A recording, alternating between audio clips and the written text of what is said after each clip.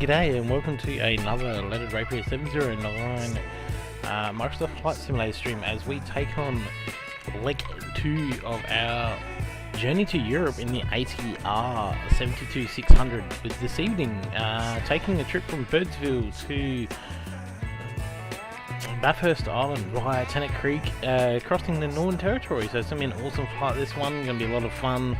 To apologise about the delaying it a few times. Had a lovely week away with the partner, so had a lovely week away, enjoying a nice little bit of a relaxing time, but we're back and obviously into it. So I'm going to say a few g'days before we get underway. So g'day to 2DB, he's in the stream, he's waving, he's saying g'day peeps and Wes, g'day 2D, welcome to stream, and Kanga's here, g'day Kanga, hope you're doing well, welcome to stream, and hello to anyone else that is jumping in this evening. It's going to be a lot of fun, this one, as we take off from the outback of Queensland, head into Northern Territory and make our way up into Bathurst Island, which is Tiwi Islands, on the just north of Darwin. So we'll pretty much be descending down through Darwin as well, so it's going to be an awesome flight, this one. There is a little bit of an earlier start this evening, obviously because Bryce is streaming as well, so he's streaming, I believe, about 2 and a bit hours time, so that should allow for most at least 1.5 legs to be done, give or take. So we'll jump in, we'll get this thing started, we'll get flying, we'll get into it, and we'll have a bit of fun and learn about Northern Territory along the way. So let's get into it. Turn my music down just a bit before I deafen myself. There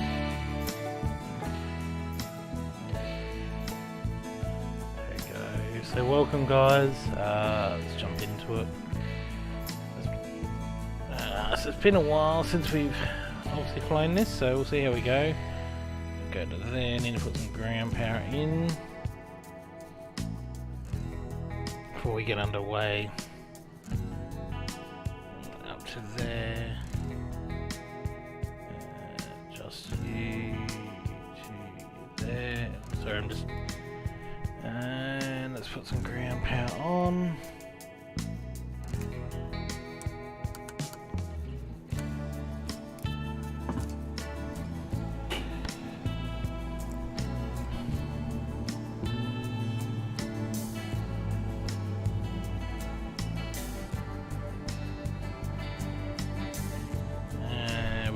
So we'll turn our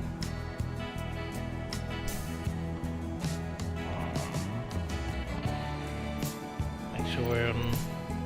You'll never know if you never. Yeah, you'll never know if you never go to the Northern Territories. Exactly.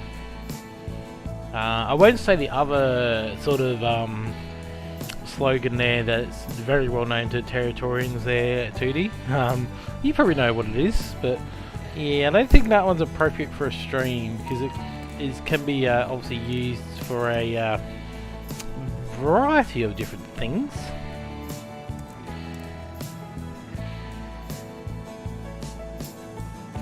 So we'll try and see if we can get our prop brake to work today.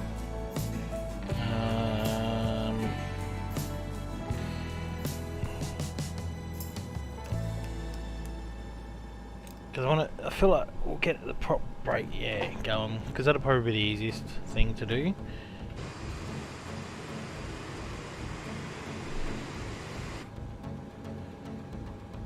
Let's start.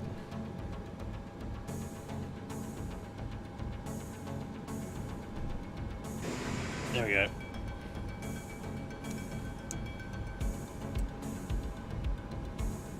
And we got prop brake on. That means we can turn our gens on. Yeah, Minnie, welcome to stream. Hope you're doing well. These guys are my best friends, through thick and thin. We've always been together, we're four of a kind, having fun all day, palling around and laughing away. Just best friends are we. I love you guys. I love that one. G'day, Minnie, welcome to stream. Hope you are doing well on this fine Saturday evening. As I said to everyone else that had joined in just before, I do apologise about the delay for stream. over the past couple of weeks. I was actually away with the partner, having a lovely time, so we had a nice little holiday together. Ground power off. Sometimes I'm nice, and sometimes I'm not. Oh, I love that one. That's a good one, isn't it? So put them on, I forgot I had them ones as well. That can go on. So we'll jump down to here. Program our FMC. Position that. GPS position. Return to there. Flight plan. Route. So just give me a sec. Just flipping to simply just to make sure that everything works correctly. Because obviously we are implementing this via the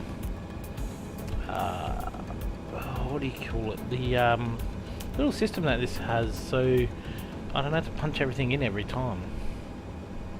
Similar to the CRJ, I believe it is.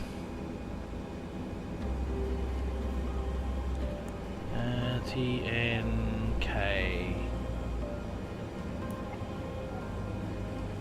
Format error.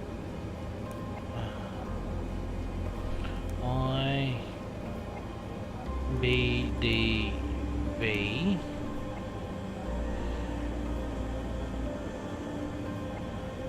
YTNK. There we go.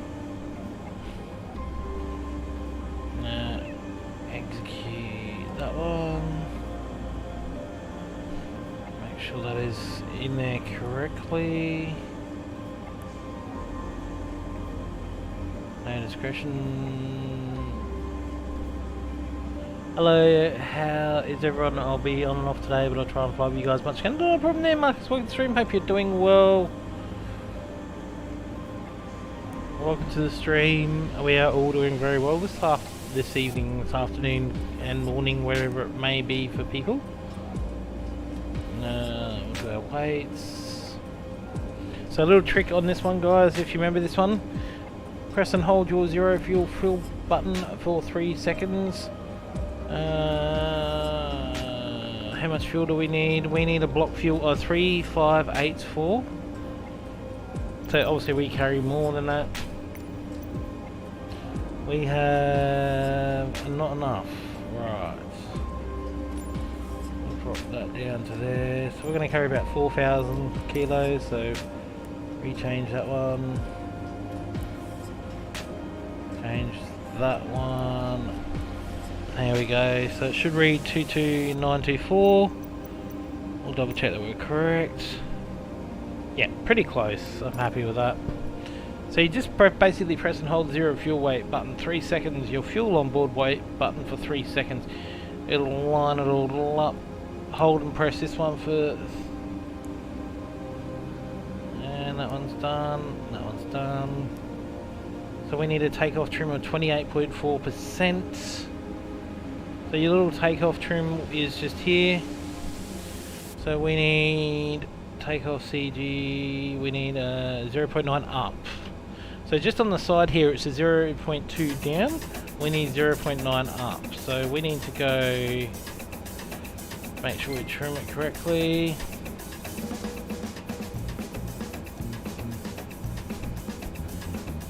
Uh, 0.9, there we go, yep. So we're just there. We'll put some engine air bleeds are on, that's right. Alright, so back down to there. Turn there. Performance initiate, that's correct. So cruising at 16,000, that is correct. So we are good for takeoff. So change that down by 2 clicks. That's on standby. RCT is correct. Jump down to here. That is all. Take our gas lock off. That is all correct. We are doing good on that one. We're on auto. Jump up to 6, is it? 6. That is all set, ready to go. Put our seatbelt signs on. Our lights, no devices can go on. We will start cranking engine number 1.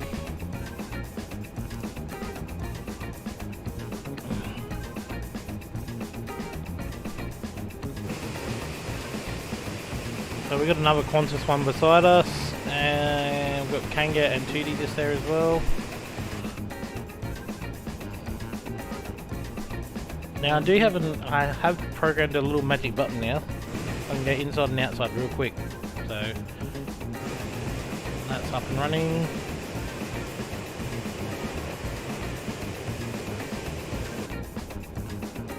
Yep, so that's started. Start it all off.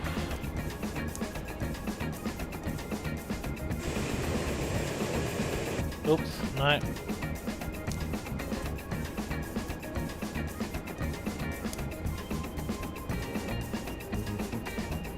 It's gonna prop. No, it's not gonna prop break itself. Ah! Yeah, put it there.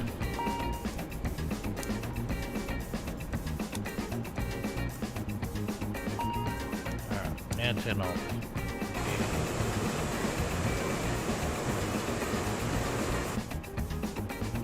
There we go. Now we're good. Now we're good. Take you off. Take you off. I don't know why that's popping up.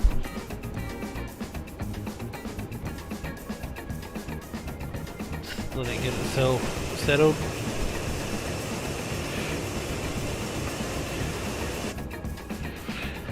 And down to there. Reset camera. We can program this one. G'day, Will and Kelly, welcome to stream, hope you're doing well. And we'll set this one to 16,000.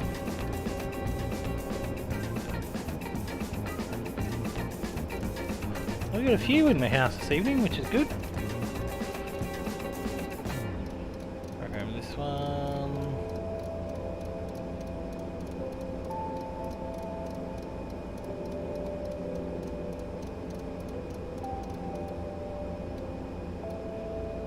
So that's good, that's all programmed, ready to go.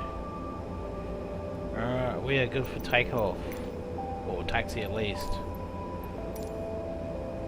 I'll put our landing lights on, taxi lights on. What runway are we taking off from? We are taking off from runway 14.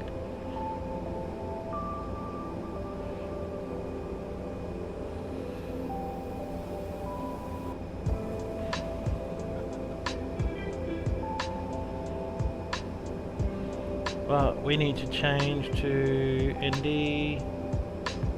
Yep, we're good there. Alright.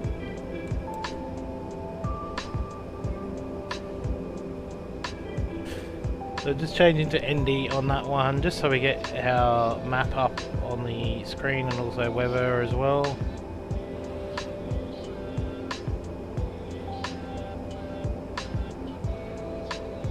So this is Birdsville in the remote area of Queensland. Famous for the Birdsville races as well.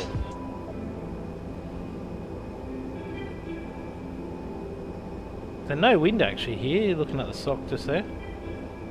So pretty easy takeoff actually. So I don't know what end is 14. Maybe the other end, maybe? That's 32, so...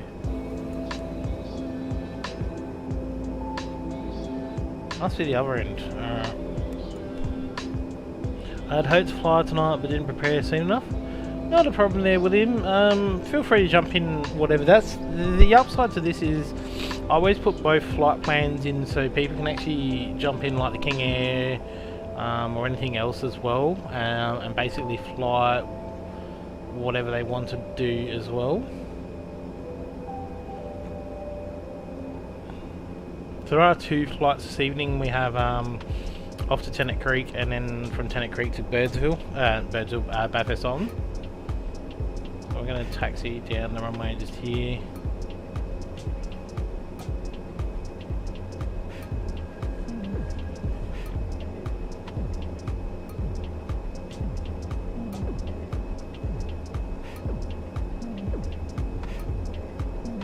Not a problem. Yeah, so the next one's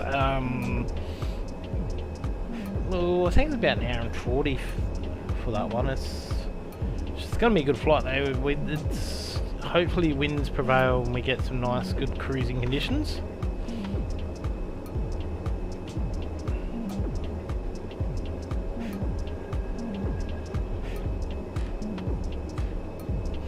So this actual flight plan does take us quite in some very remote places of Australia. G'day Johnny, day bro, welcome to stream, hope you're doing well. He says hello. But g'day, welcome. So yeah, this one takes us quite remote. So we actually go basically really remote of Northern Territory and Queen as well. Pretty much not a lot of communities or anything out that way.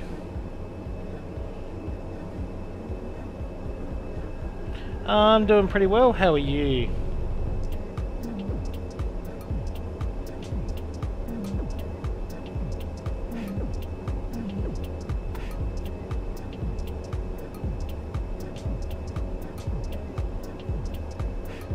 So let's get a slow taxi here.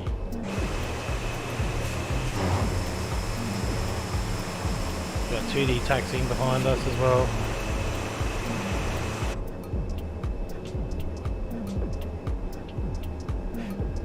Hello Mr. Secrets and fellow viewers.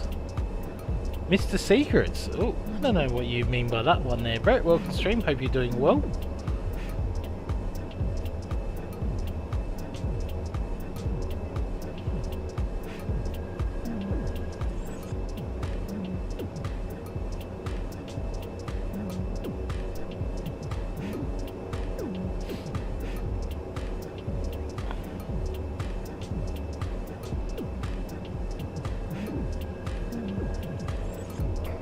I forgot how long this runway is at Birdsville. That is a long runway.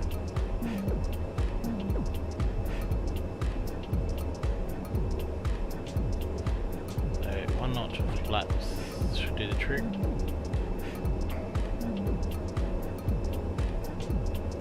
You wouldn't hide secrets from us for months now, would you? No. Oh, some do, but I did keep it quiet.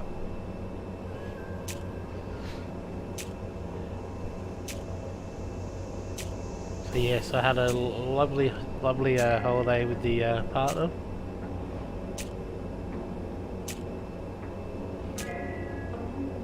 I'm doing well, Brett, how are you?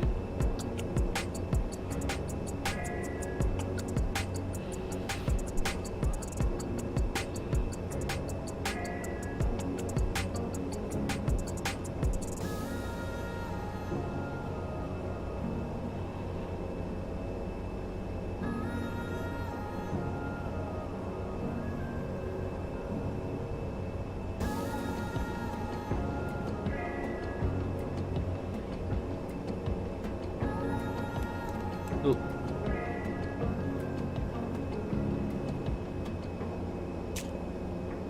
Spin it around.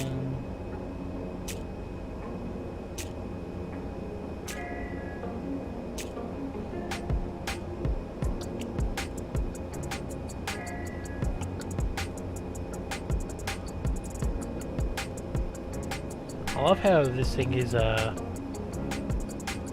easy to stream. I am well been setting up for multi-PC streaming. Ooh, that is going to be interesting there. Put a pic in my Discord under hardware for new screen setup. Ooh, I'd be interested to see how that works. So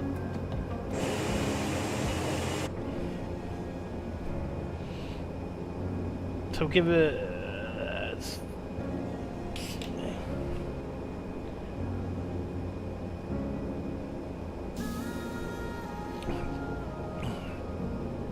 I'd be very interested to see how that works on that one.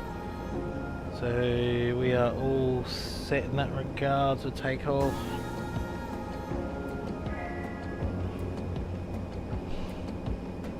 I downloaded the Birdsville mod from. Oh, we had to put some photos up of that there, Tootie. So we'll just wait for Kanga and Marcus. I'm not sure if they're still setting up or not.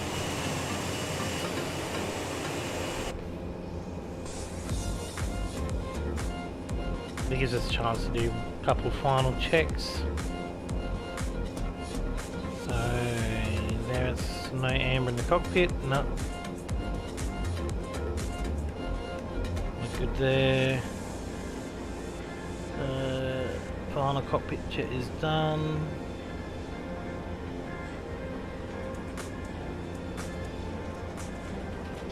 Also using the Salt Lake mod. See that? Yeah, that would be an interesting one. I don't know if there's too many salt lakes on. No, there's not. There's maybe one or two that we cross that we may see this evening, but not too many on that one.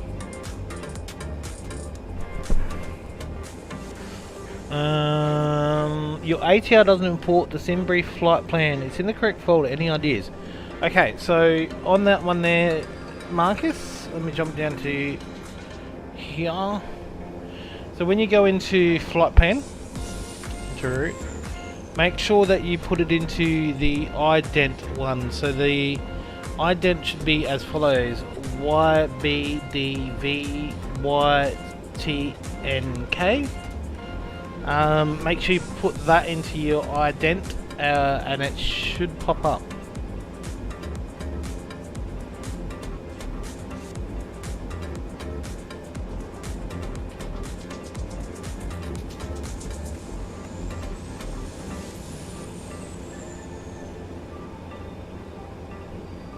Hopefully. I did put it in the second line. Cheers, we'll try. Yeah, no, it's you. Yeah, you got to put it in the top one. Second one doesn't work with it. If you put it in the top one, always should work every time.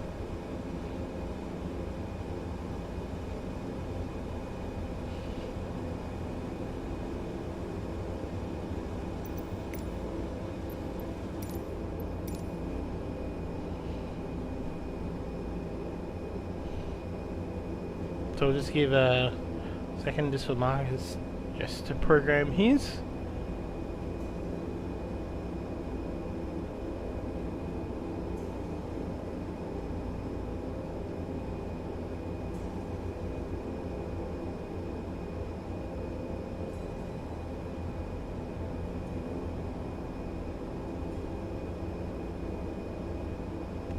And then we'll get underway as well.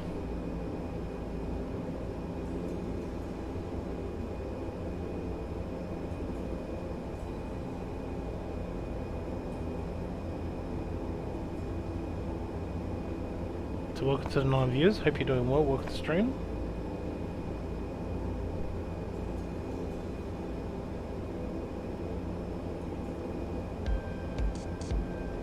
Did that end up working for you there, Marcus, or not on that one?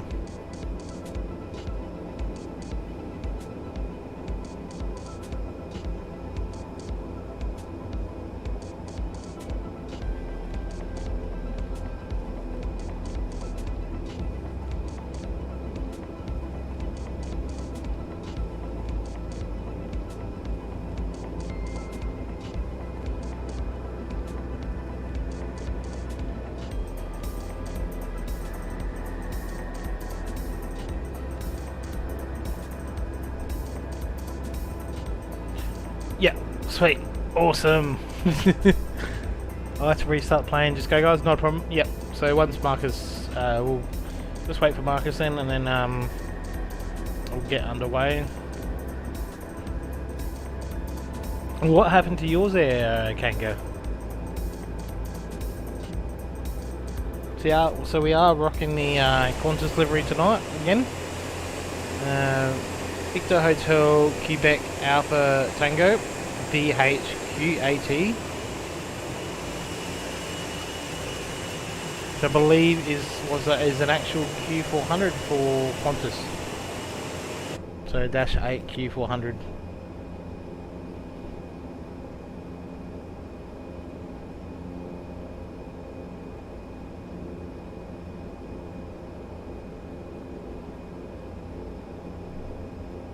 Cannot start engine. Oh.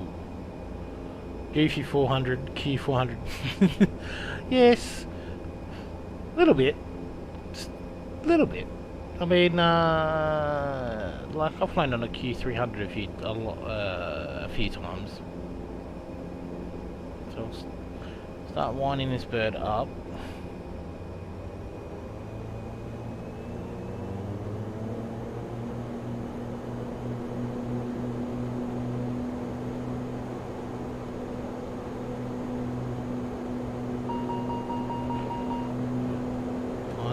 Sweet spot for it.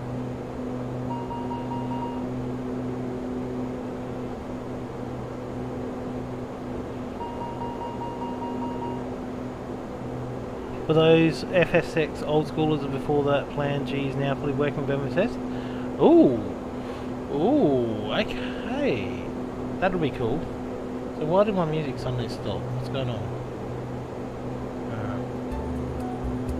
There we go. So we'll start departing because Marcus is on the runway ready to go so he'll turn around.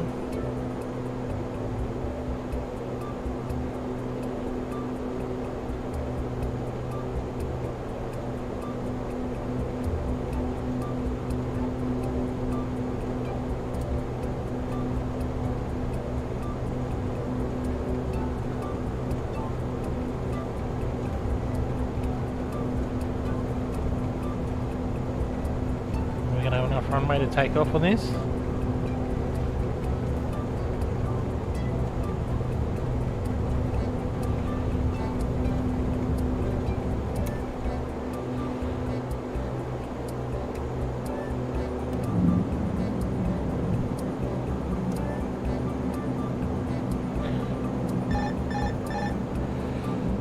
Don't sink. Yes, try to get some speed up.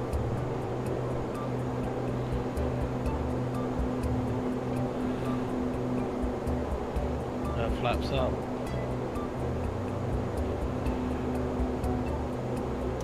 Go to auto. There's to climb. Don't sink. Don't sink. 500.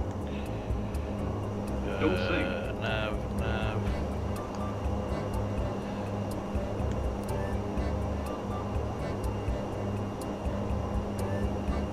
As we do our turn.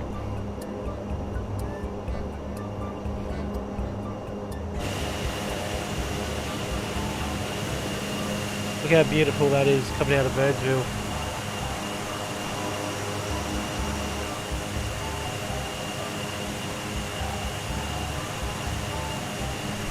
That's a cool departure actually, that is a pretty cool departure.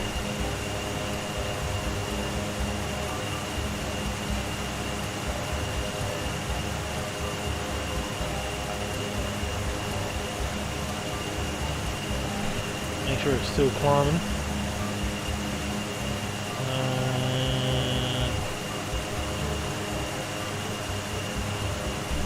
Climbing or is it staying? Yeah, no, it's climbing.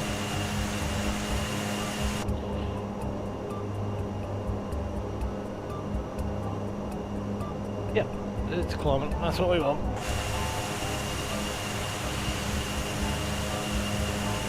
So, quick sound check, guys. Can you hear the music? Can you hear the sounds? Can you hear my voice?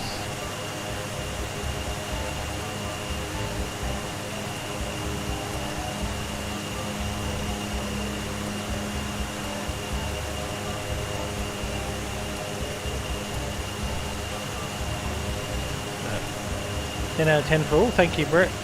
That's an awesome departure, this. I really like it. I think they're... Oh yeah, there is a dirt runway there as well. So I do believe Regional Express flies their Saab 340s into Birdsville here on a regular basis.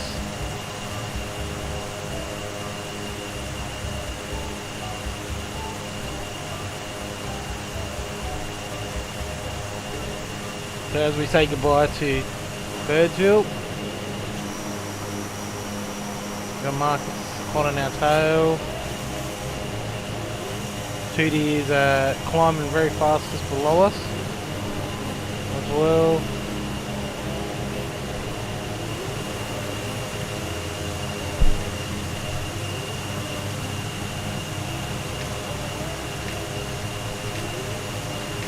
So we got a fair bit of outback this evening.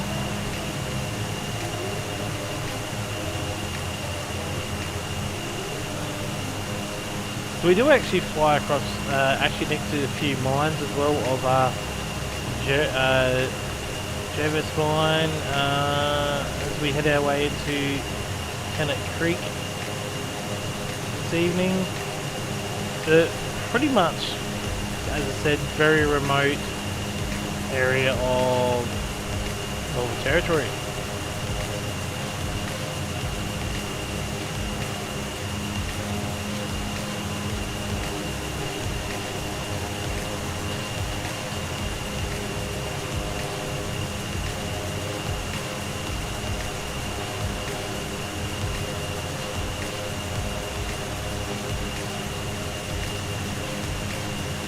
And what I mean by remote is like, yeah, you'd be lucky to find a population of any more than about 200 along this flight.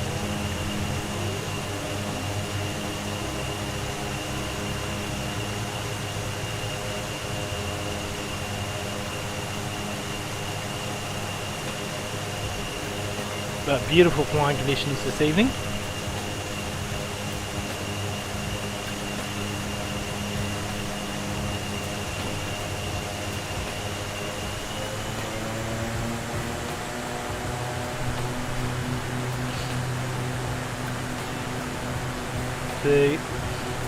Birdsville is actually on the border of Queensland. Switch over. And South Australia, like it's not too far from the South Australian border. So we don't have actually much of Queensland to fly before we hit the Northern Territory border. The Northern Territory border is alongside the Mungathira National Park, which is also part of the Simpson Desert. We're just checking off flight path.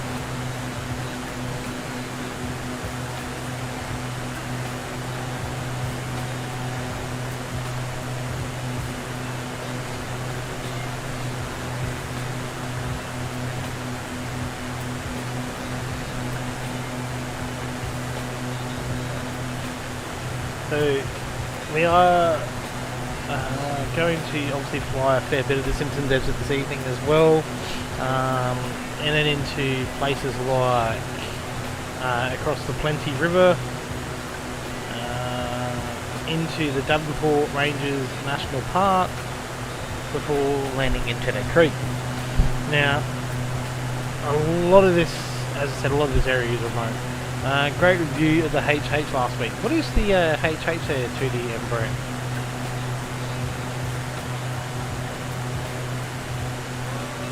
Be interested to know what that is actually. So, our taxi lights can go. Oh, Hawker Hunter. Ooh, I have to check that out.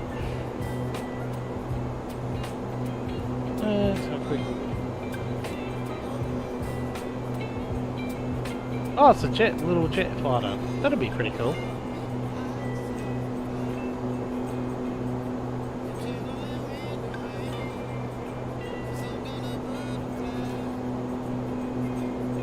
Is it a free one or what's the go with that one?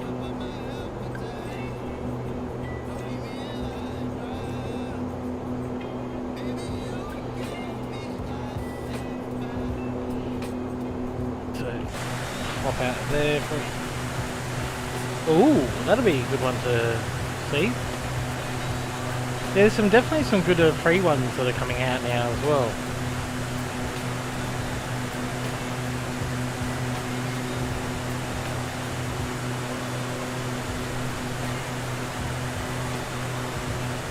So I kind of feel like this is a route that Qantas Link probably wouldn't take. You probably wouldn't see a Qantas Link flight go from Birdsville to Tennant Creek.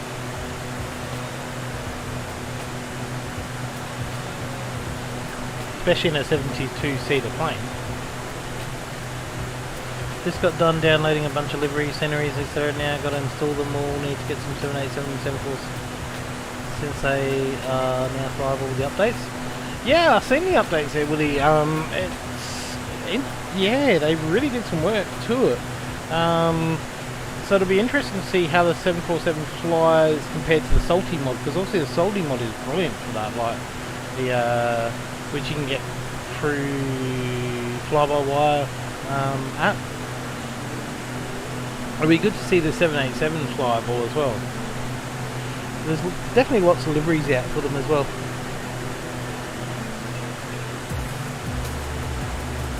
Has anyone flown this 787 and 747 since they've done the updates?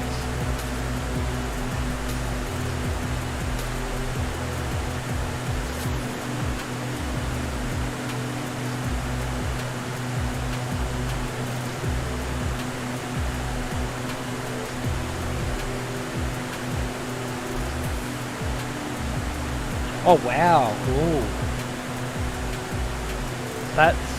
That makes it cool then, because that means, like, you know, some good long distance aircrafts which are actually flyable. But how's it go with the flight plan, like programming it now as well in there? Have they made it a bit more study level?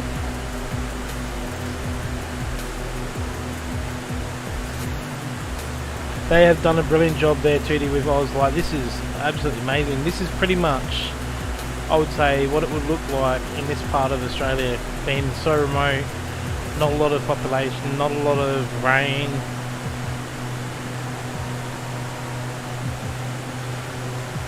Oh wow. Yeah, I'll have to definitely check that out then, Willie.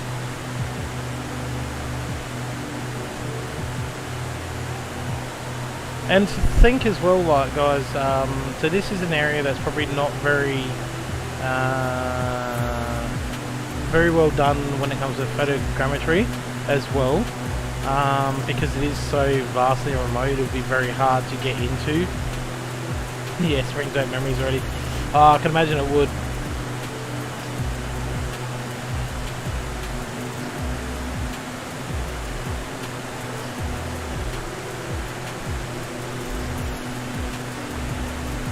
Absolutely beautiful. Like, check that out there. This is just, yeah, this is when I talk remote in Australia, this area would not have mobile phone signal. This area would not have your standard fibre to the node internet connection. It would rely completely on satellite. It'd be that remote that, you know, a trip to the supermarket could take you 7 hours, kind of thing. That's how remote these areas are. So if you break down or you live somewhere out there, you've got to be prepared for everything. I mean, I don't even think out this way there's... You'd probably have your little stores, but I feel like it's would be not... Yeah, there wouldn't be a lot of tourist places out this way either. Willie says, I've just downloaded the Qantas Link livery for the ATR for when I fly Australia. They did a really good job with the Qantas Link livery there, Willie. It looks awesome what they've done. I've also got the Air New Zealand one. I've got the Virgin Australia one, which is a proper one as well. I've got the... So I've got a few. And they've done a really good job with the liveries.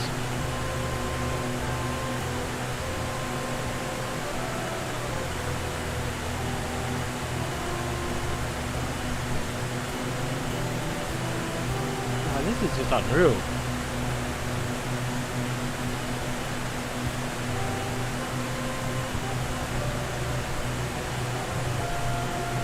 I reckon we might have a little headwind though. I need the ATR freighter version now of the FedEx. Yeah, see, that'll be a good one. Just checking our wind just here. Yeah, we got a little bit of a headwind of 21 knots. That's alright though.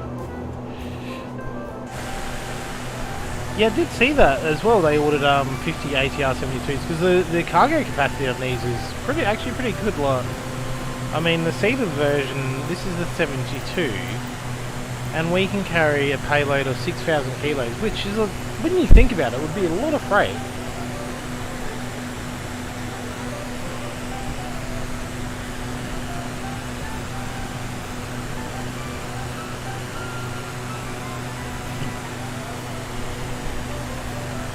And it would be good for those little short hops as well when you need to get express mail around the place.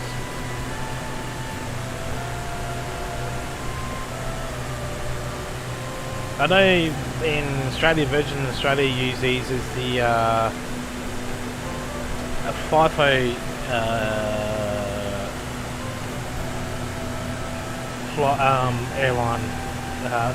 airplanes. So they flew in and out of a lot of the regional mines and that. 72 in the messages still feels a little underpowered to me. It does actually. Like, I'm at a 20 knot headwind and flat strap at 193 ground speed, which I feel like it should be a bit quicker than that. Well, it does help if I kick it into gear a bit.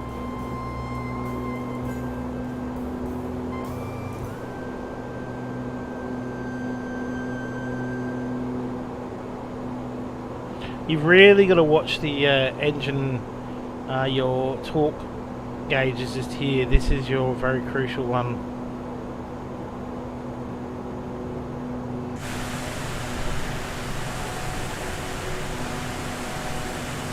I mean, look at this, like, look at the little creeks and stuff. I don't feel like they'll be full of water.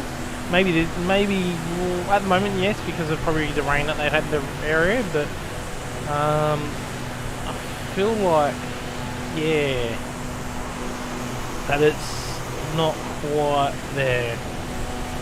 So we've got 2D off onto our right just there. Seem to have oh, there's Marcus. He's at 20,000.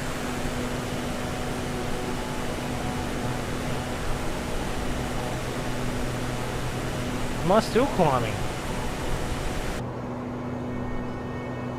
Nah, sitting at 16 now.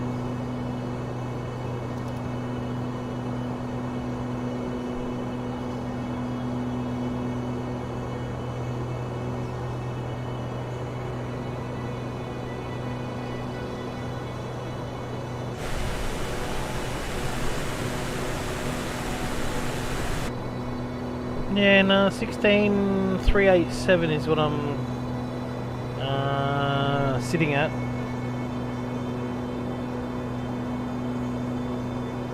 So I'll drop it back a gear anyway.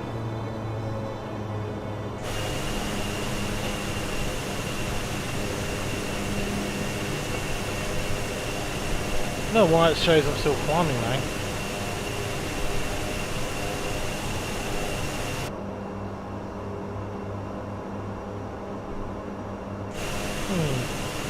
On that one.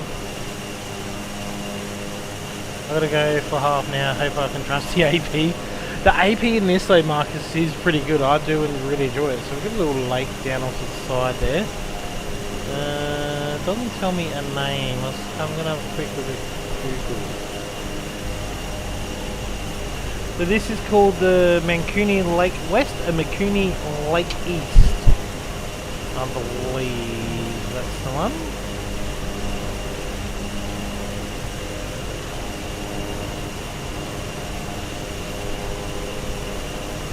Yeah, Mancuni Lake West and Mancuni Lake East is we're about to fly over just there. Press B for Barrow. Stopped at 16:39.89. Yeah, I forgot to do my barrier. G'day Gami, what's your stream? Hope you're doing well. So, go check these ones out guys. We'll do this one first. Been a while since I've done this sound play. I'm doing well.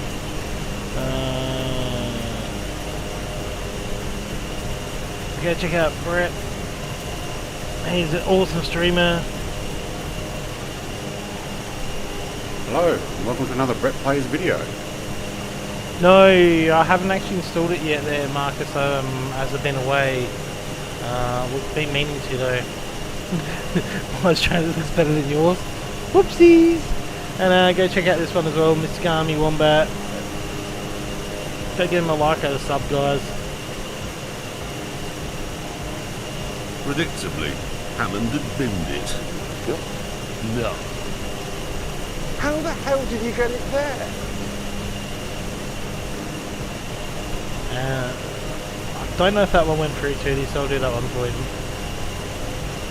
I love that soundboard, Gami. Because I want to be young and wild, and then I want to be middle-aged and rich, and then I want to be old and annoy people by pretending that I'm deaf. I love that one.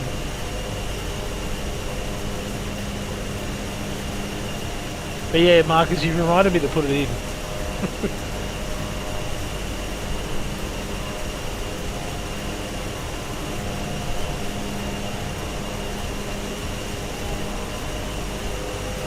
So definitely getting some awesome scenery here though.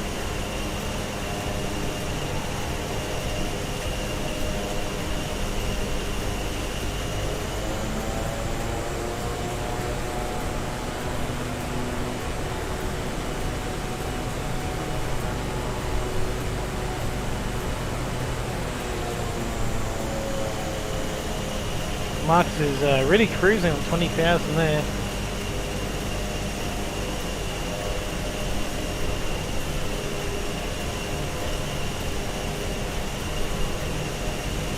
Just absolute beautiful scenery through here.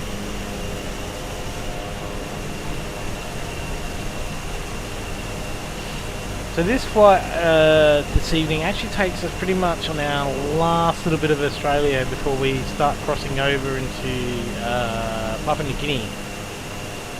Was it Papua New Guinea? Oh, I gotta remember now. Oh, sorry, Timor. Yeah, because we head to Timor first from Tiwi Islands.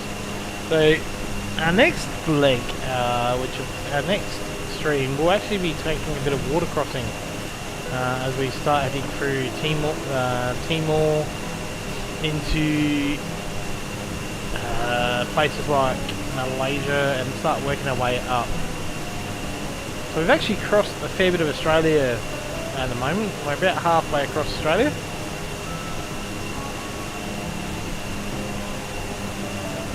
And the ATR is doing really, actually extremely well.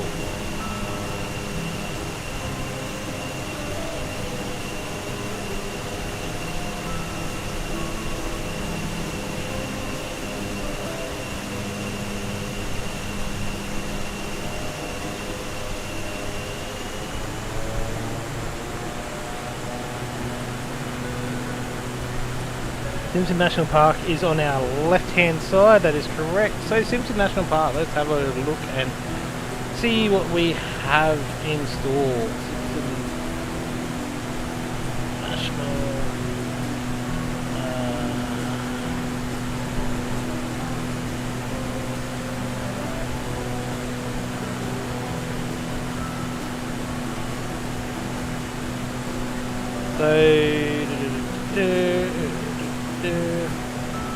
So Simpson National Park, also called Mungathiri, so M-U-N-G-A-T-H-I-R-R-I.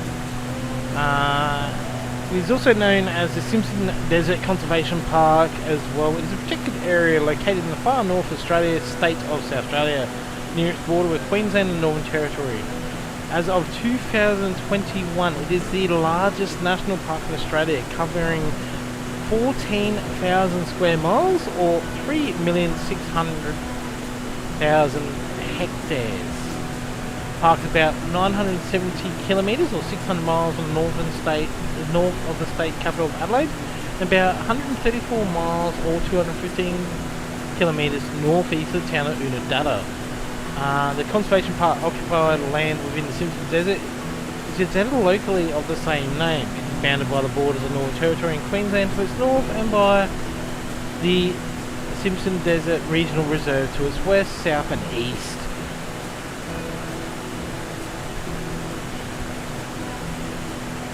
So there's not actually a lot of information on there, so we'll get into obviously the Simpson Desert itself, if it's going to let me get into there, because that's probably going to be easier. So the Simpson Desert is a large area of dry, red sandy plain and dunes in Northern Territory, South Australia, Queensland and Central Australia. It's the fourth largest Australian desert with an area of 68,100 square miles or 176,500 square kilometres. Desert is underlain by the Great Australian Artesian Basin, one of the largest inland drainage areas in the world. Water from the basin rises to the surface at numerous natural springs, including Dalehouse Springs, pools that are drilled along stock routes or during petroleum exploration. As a result of exploration by such pools, supply of water to springs has been steadily decreased in recent years. It is also part of the Lake Eyre Basin. The Simpson Desert contains the world's longest parallel sand dunes. These north-south oriented sand dunes are static, held in position by vegetation. They vary in height from 3 metres in the west to around 30 metres on the eastern side, with the largest dune being Naparanka or Big Red, which is 40 metres in height or 130 feet. Aboriginal people have lived in the Simpson Desert for at least 5,000 years and continue to do so today. So it's a pretty remote area. This one visitor attractions include Dalehouse Springs, the Puny Bore Wetlands, Popwell Corner, which is where Queensland, South Australia and Northern Territory meet. Because of the excessive heat and inadequate experienced drivers attempting to cross the desert and pass, the Department of Environment and Natural Resources has decided since 2008 and 2009 to close the Simpson Desert during summer to save unprepared adventurers from themselves. Another big attraction is the Big Red Bash, which is billed as the most remote music festival on Earth. The event features concerts and Big Red Bash drag race across sand dunes to raise money for Royal Flying Dot Service. Now, they also did something recently, so with the death of Tina Turner, RIP Tina Turner, they also did the world's biggest nutbush out there as well. So, huge respect to them for that. But the area is also hot, dry, desert climate with rainfall is minimal, averaging at about 150 millimetres per year and falling mainly in summer. Temperatures in summer can approach 50 degrees and large sandstorms are common. Winters are generally cool, but heat waves even in the middle of July are not unheard of. Some of the heaviest rains in decades occurred during 2009 to 2010 and caused the Simpson Desert to burst into life and colour. In early March 2010, Birdsville recorded more rain in 24 hours than it usually sees in a whole year. Rain inundated Queensland's northwest and Gulf regions, and a total 17 million megalitres of water entered the state's western river system, leading into Lake Eyre. In 2010, researchers uncovered the course of ancient river systems under the deserts. So there you go, there's a bit of information about the Simpson Desert. There's a lot. Like, I tell you what, it would be really beautiful to see during when it's in full flight with a bit of water in there as well. It'd look absolutely stunning, I reckon. Oh, absolutely beautiful.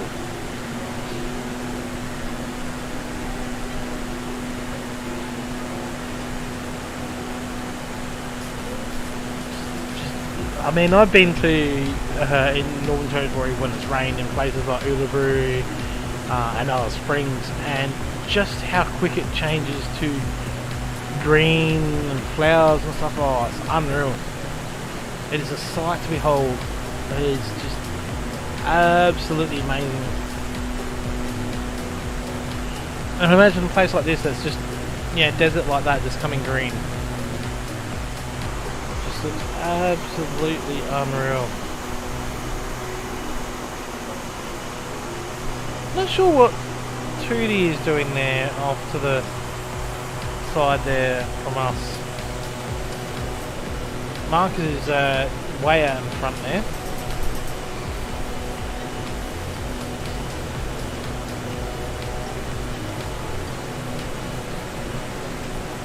It's absolutely awesome scenery.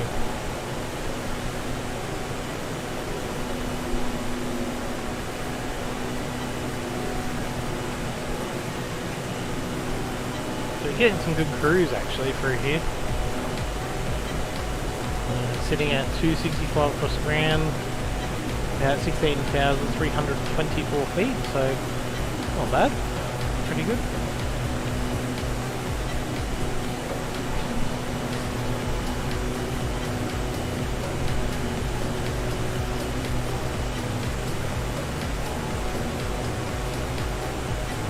So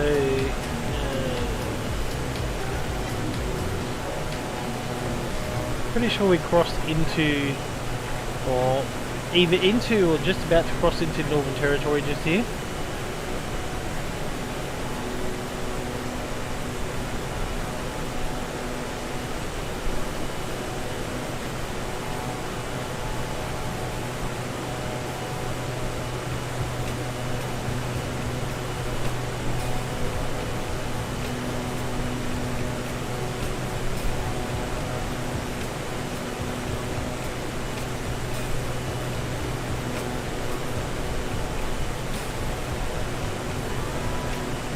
Now, you may have actually, some people may have actually flown across this particular area on airliners when they've headed over to various places. I believe you may fly over this when you're heading north from Melbourne, across to Darwin or something like that. Would be a common place to fly across.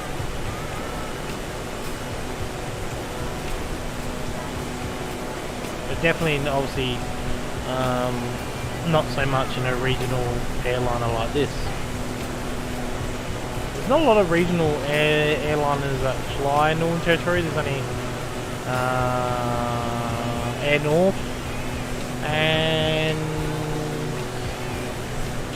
the other ones are just usually what they call bush airliners, so ones that take mail to regional remote areas of Northern Territory, and as well as paid passengers. Meaning that most civilizations live along the short highway, with the odd, with obviously only Aboriginal communities and outstations being scattered around the place itself.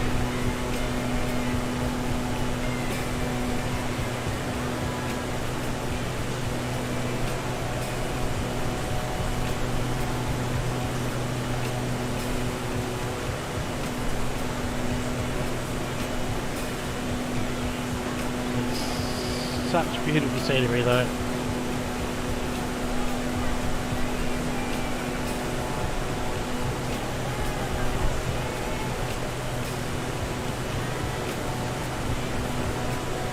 And that red sand or dirt, that is as red can get. Like that stuff there will stain your shirts.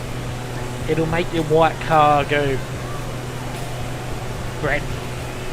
It gets into everything, into every nook and cranny of your car, air conditioning, everything. It's just, oh, and when it's a sandstorm, oh boy, you get some absolute rippers of sandstorms. Because it's like a very fine dust as well, like there's a lot of topsoil on top.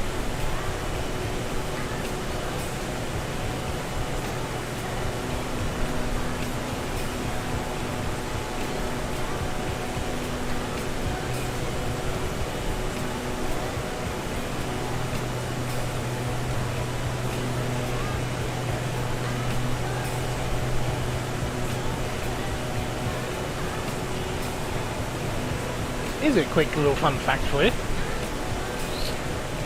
Oh, let's see if we can pick it up. So, quick question for you, ladies and gentlemen of the chat. What is closer to the capital of Northern Territory? The capital of Australia or the capital of an Asian country? What is closer? I believe I just had someone slew off the side there. I thought I seen someone. Man, someone can shoot across the sky. Can't see it. So what is closer? Brett says Jakarta. Tootie says Asian. Brett says Port Moresby.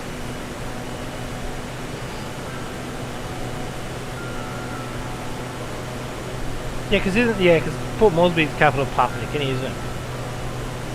It was UFO West. I know that just. Did you see it as well? But that's not Asian. Yeah, technically not.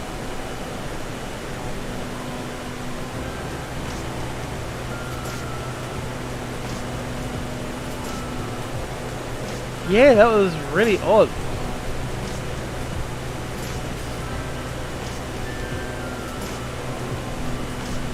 We're seeing things. Yes, so the correct answer is Brett with and Tootie with Asian and Jakarta. So Darwin is closer to the capital of Jakarta than it is to its own capital of Darwin. Canberra, sorry. Get it right.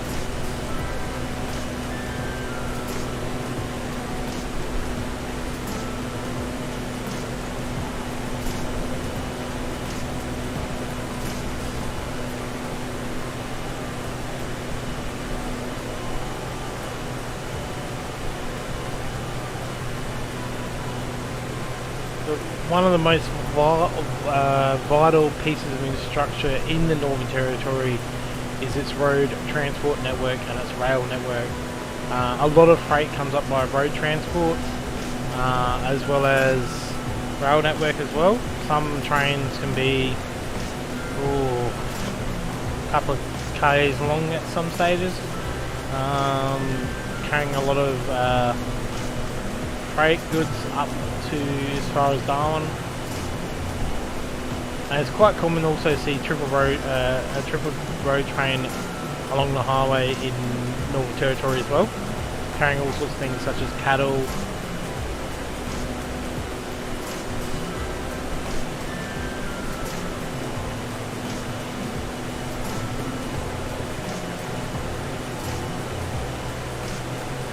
Let's see, let me think of another one for you.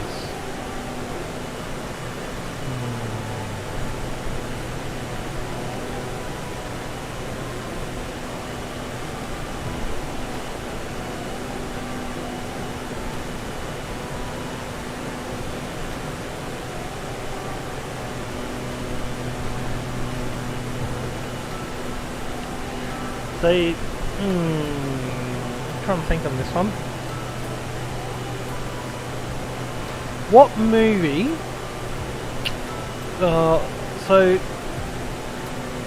this may go to some people may know this one. No, I won't do that one because that might be a bit hard. I was going to say what movie was filmed in Alice Springs that's famous. I won't do that one.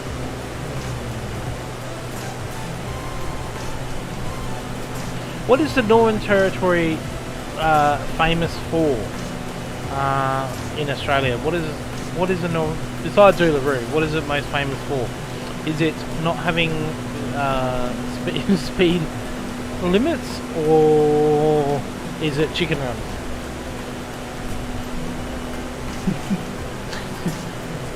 A town called Alice? Beer and thongs? Yeah, true, Brett, true. I think that is actually a movie there, Tootie, I'm not sure.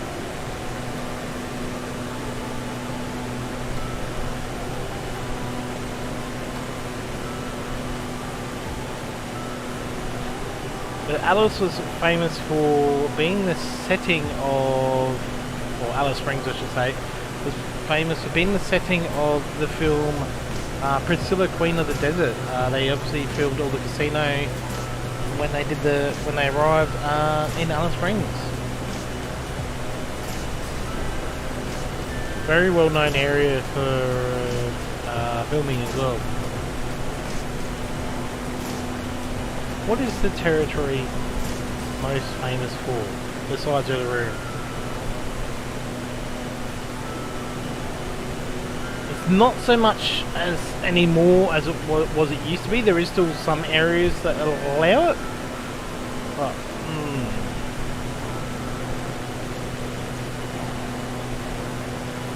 the territory was known for being one of the only state or territory in Australia that had no speed limit. There's still a part of the Stuart Highway that has no speed limit at all, but other areas are 130 as well. Brett says Alice, who the it's Alice? Well, see, Alice is about that way. She moved next door, but didn't quite like the fact being that there was a couple of half dozen planes starting up every morning, so moved a bit further away. I noticed that. I noticed that. You're being cheeky tonight.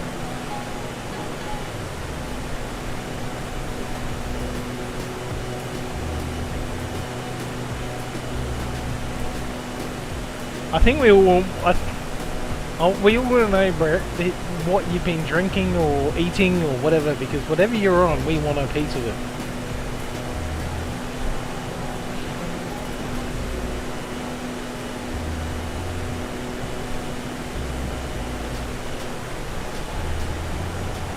Oh yeah, Fiddler's Green.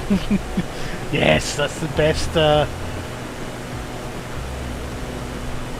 the moment. That's the best little pub there, the little Irish pub in Darwin. Brett says nope, not allowed at the moment. So what the?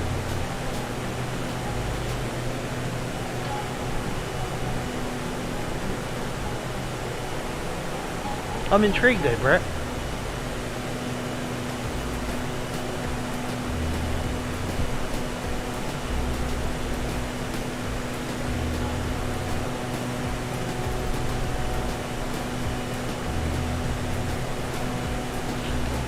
Prepping for internal cameras work on Tuesday.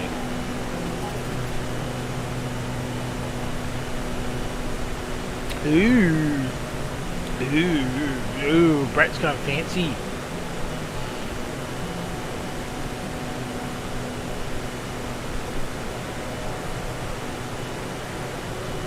I feel like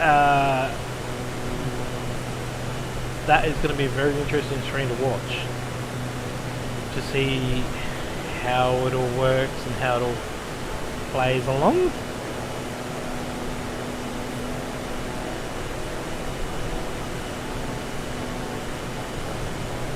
We're going to look at what I look like from the inside. No, not a stream. Huh? Oh, okay, yep. I know what you mean now. Yep.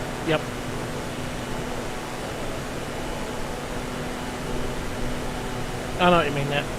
Yep, I've gotten them now. Yeah, I've had one of them. Your throat feels a bit sore afterwards.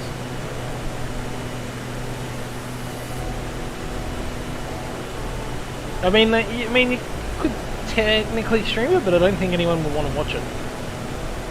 Yeah, third one now. Yeah, I've had a few. I'm due another one soon, actually.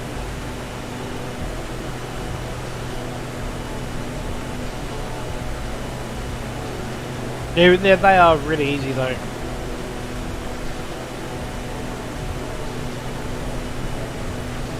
Yeah, and then the problem is for the next 3 days you sit there and just fart all that gas out.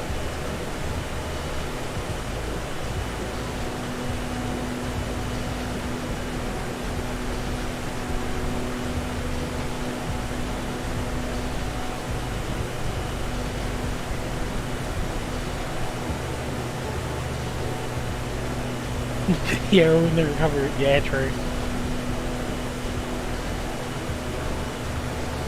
Yeah, well, usually they try and make you go to the toilet in the recovery room anyway, so you can try and pass it through.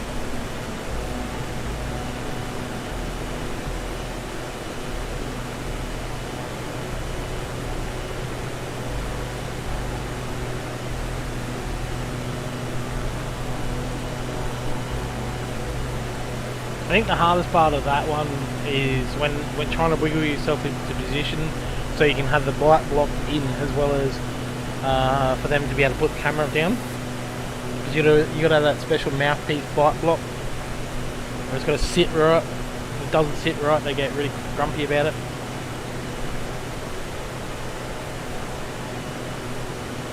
And then sometimes you may get that special spray before they knock you out. That spray that numbs the back of your throat.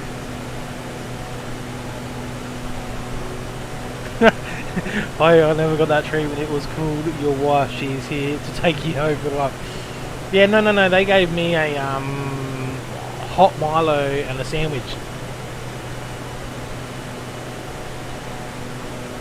and lots of ice chips, and then told me to go home.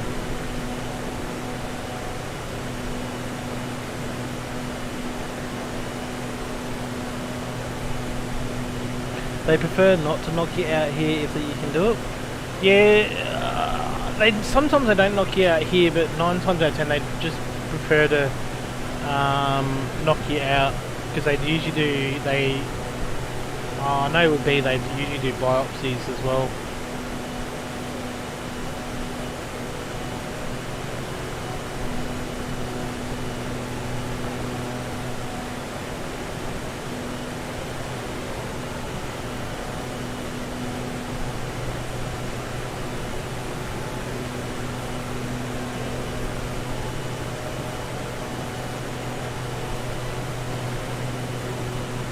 Doing our turn toward and then head north towards Tennant Creek.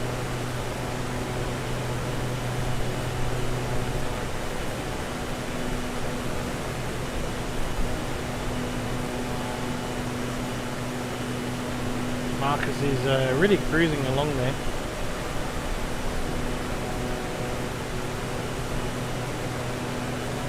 So I wonder why that is though, Tootie, why they don't prefer to knock you out over there.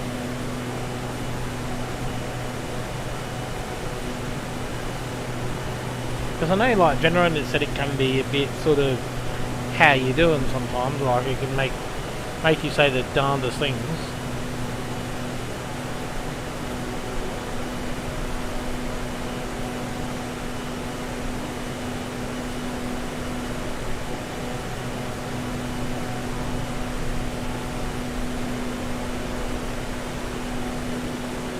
But I suppose I would use a special numbing agent anyway to numb all your area if they weren't going to knock you out.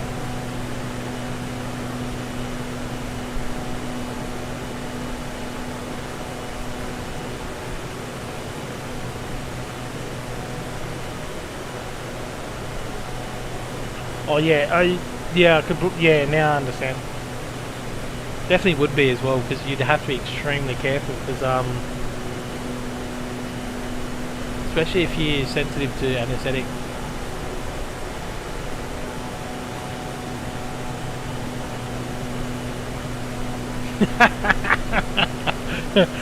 When they ask you, the Prime Minister is what should I say? Who knows? But I hope it's not elbow still. No, when they ask you that, Brett, you should go, well, I thought it was me yesterday. See what they can say, because they do ask some like questions, obviously, and some of them are just. I had one time. It was.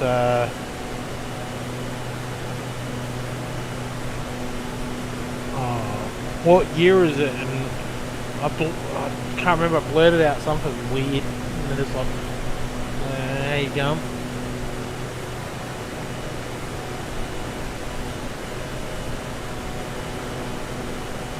Yeah, I've had that one. Do you know where you are? Yeah, I'm in hospital. What are you doing in the hospital? Well, I'm trying to watch the cricket on the TV over there. No, you knocked me out and moved me. How should I know?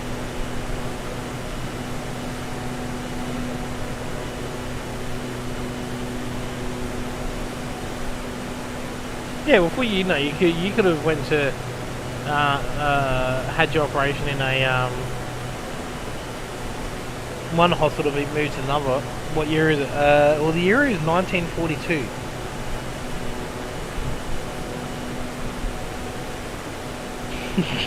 Not 2020 again. I totally agree with that one. COVID.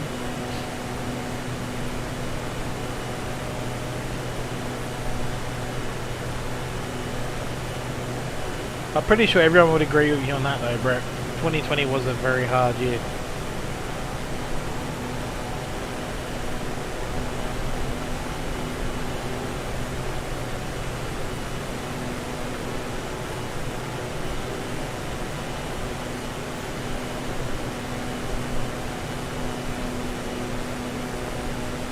Tudor says 2020. Yep. It was a tough year.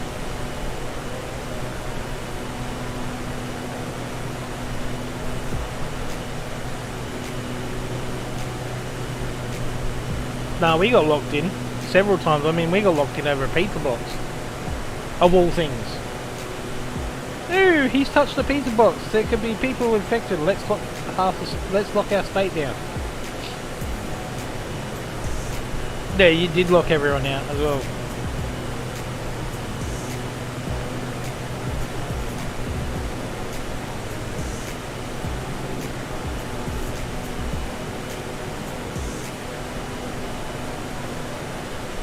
The one year that absolutely destroyed hospitality, tourism and businesses. A lot of businesses shut or have shut down or shutting down from that.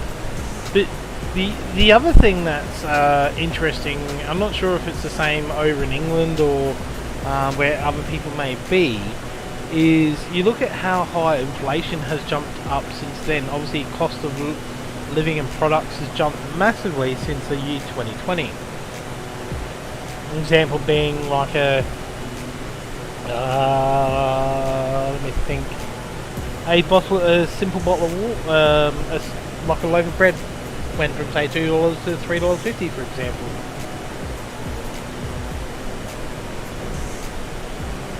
Because of the way the whole thing was, because it just killed off so much business.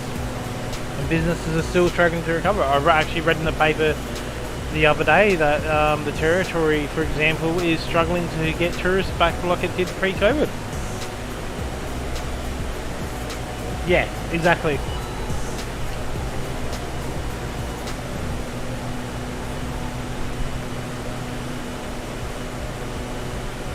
Yeah, inflation skyrocketed big time. Like for me, what is it? Like I'm an average flight from my hometown to where I live, when it used to cost about 120, 130, has now jumped up to 199 on special. That's on sale. I can fly to Bali from Adelaide cheaper than I can fly to Adelaide.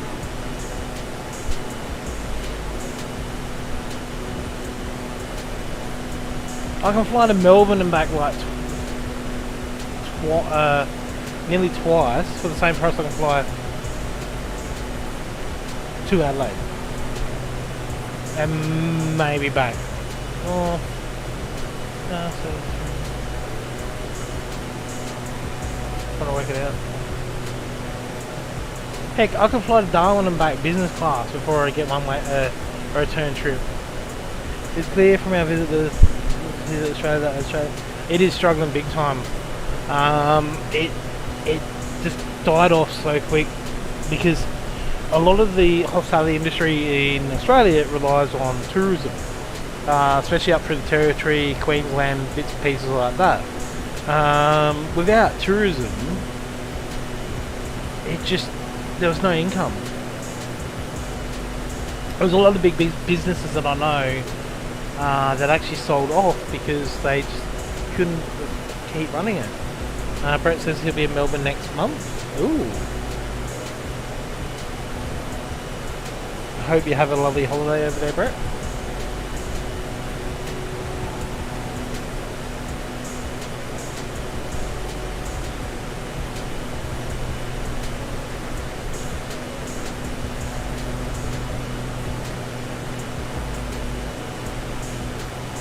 Yeah, Tootie, one of the biggest probably struggling areas was definitely Territory.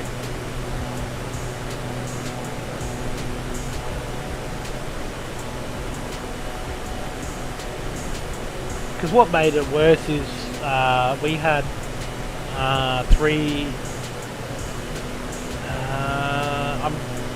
La Niñas, which are when it's a wetter summer, which caused a lot of flooding in areas as well. So obviously COVID and damages to areas took effect as well.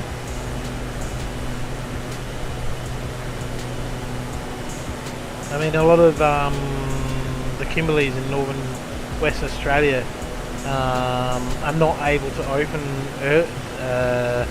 like what they would normally would for tourist season because it's still flooded in a lot of areas.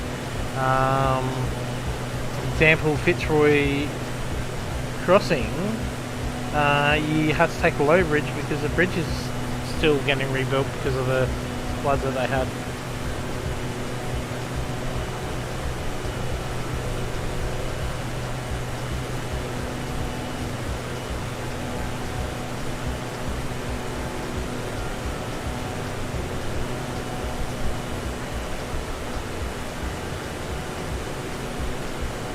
But we are officially in Northern Territory now.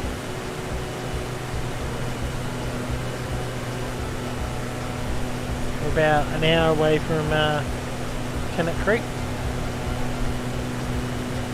So Tennant Creek's about the halfway point between Alice Springs and Darwin on the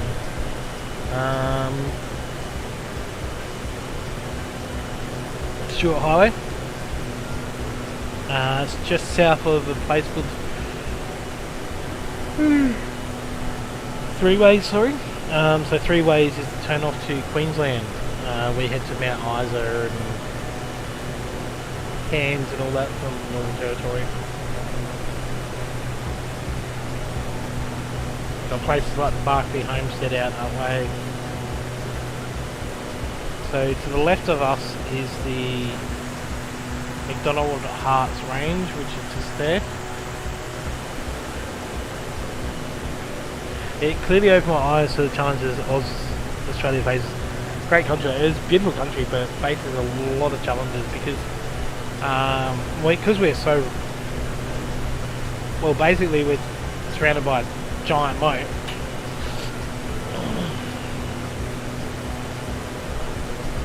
And it's very hard to get.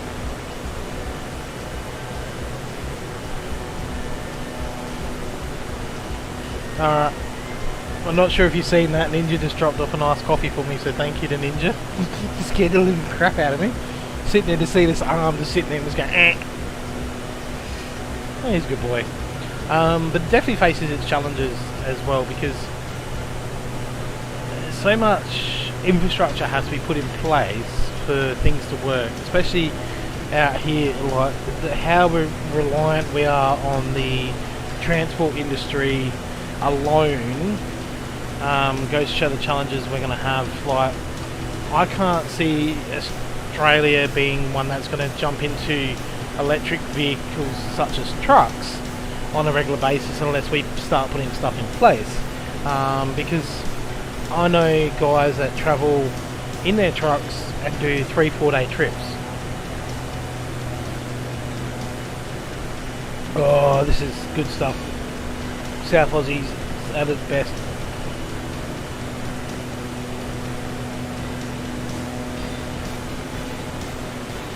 This is also why I like showing off bits of Australia as well, because it allows you guys to see Australia from a different side of things to what you may experience as well. Being able to provide info as we fly along.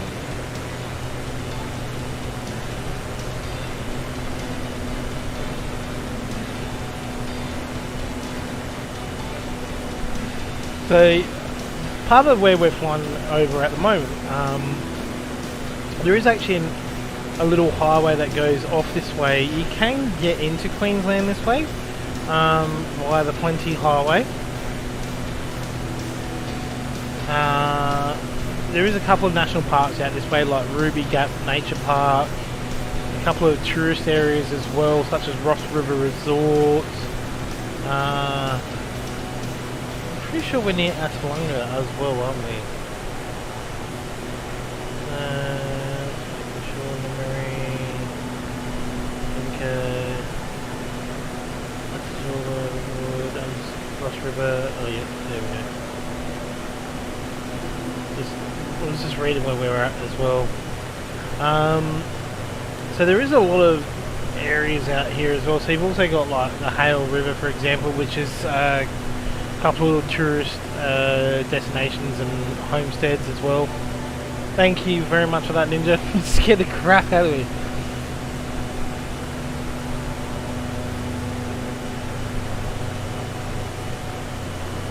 But welcome stream, hope you're doing well. We're talking about the how the challenges Australia faces when it comes to things like infrastructure, such as transport, hospitality, various things and that as well. Looking forward to returning. It's going to be awesome. I reckon you'll thoroughly enjoy it. Makes me want to set up like a Facebook page there, Tootie, and be able to help and provide people such as yourself or even tourists about various different places and where they can travel and what they can see and do, and be able to say, okay, like, you know, if you're going here, travel to here, this is the best way to travel. You can do this here, you can do that there. Okay, you want to go see this, okay, well how about doing that as well.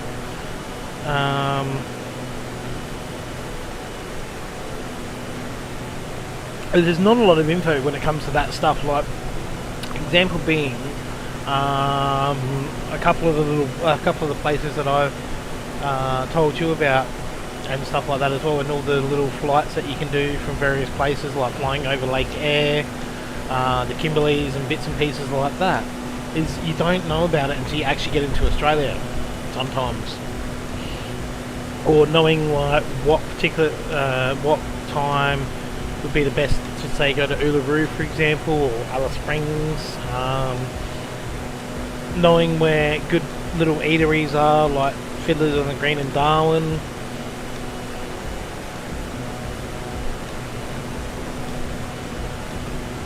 Oh, that's good iced coffee.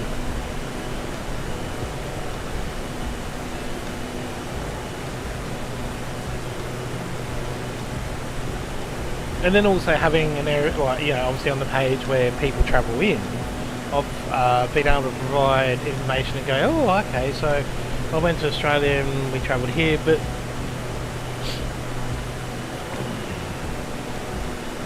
just a thought I've had.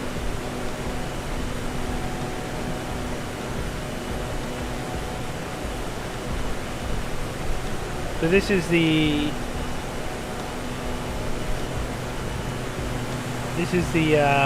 Harts River just here. Best info is watching vloggers, but very time consuming, so yes, gravity. Yes, completely agree on that one. I do watch a few vloggers as well. There's a couple that I keep an eye on. One in particular is from Adelaide himself, but very time consuming. Because I mean, like, travel agents still provide information, but it's more the little bits and pieces that you don't get to pick up on.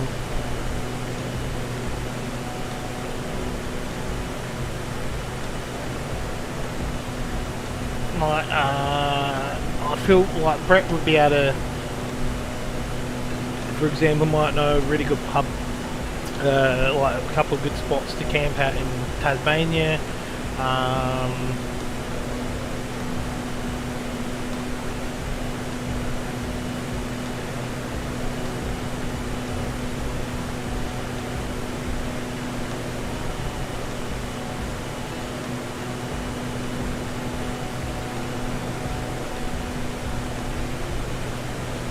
We are extremely remote right now. But we're not that far from, as I said, from Alice Springs. Alice Springs is on the left hand side here. No, Tasmania. It's all now, go away. Hey! I've got my legal requirements to be able to go into Tasmania. I've got the scars. I know the lingo around now. I know the right spots.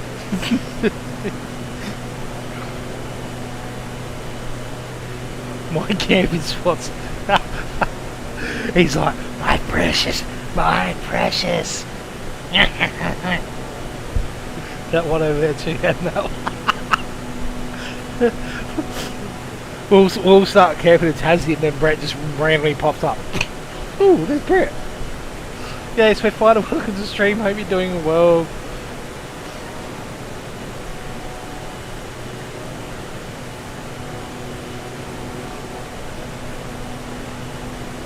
Yeah, exactly, Judy. I totally agree with that one. Someone can swap with him when he goes to Melbourne.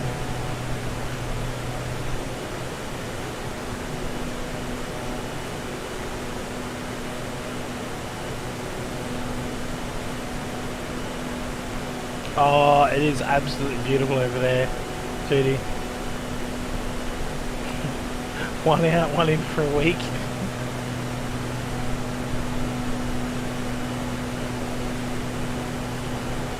Now I'll just go back over there, Brett, and just run a cafe again.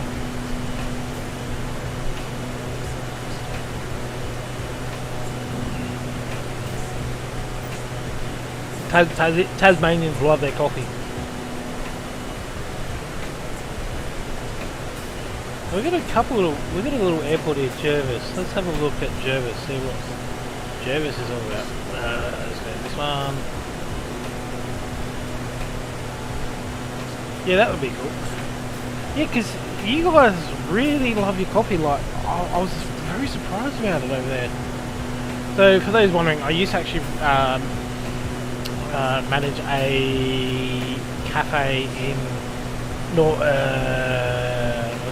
Territory in Tasmania, and it was absolutely amazing little place. I could not believe how busy it was. So Madonna Ranges. Alright, so we'll Google the Madonna Ranges here.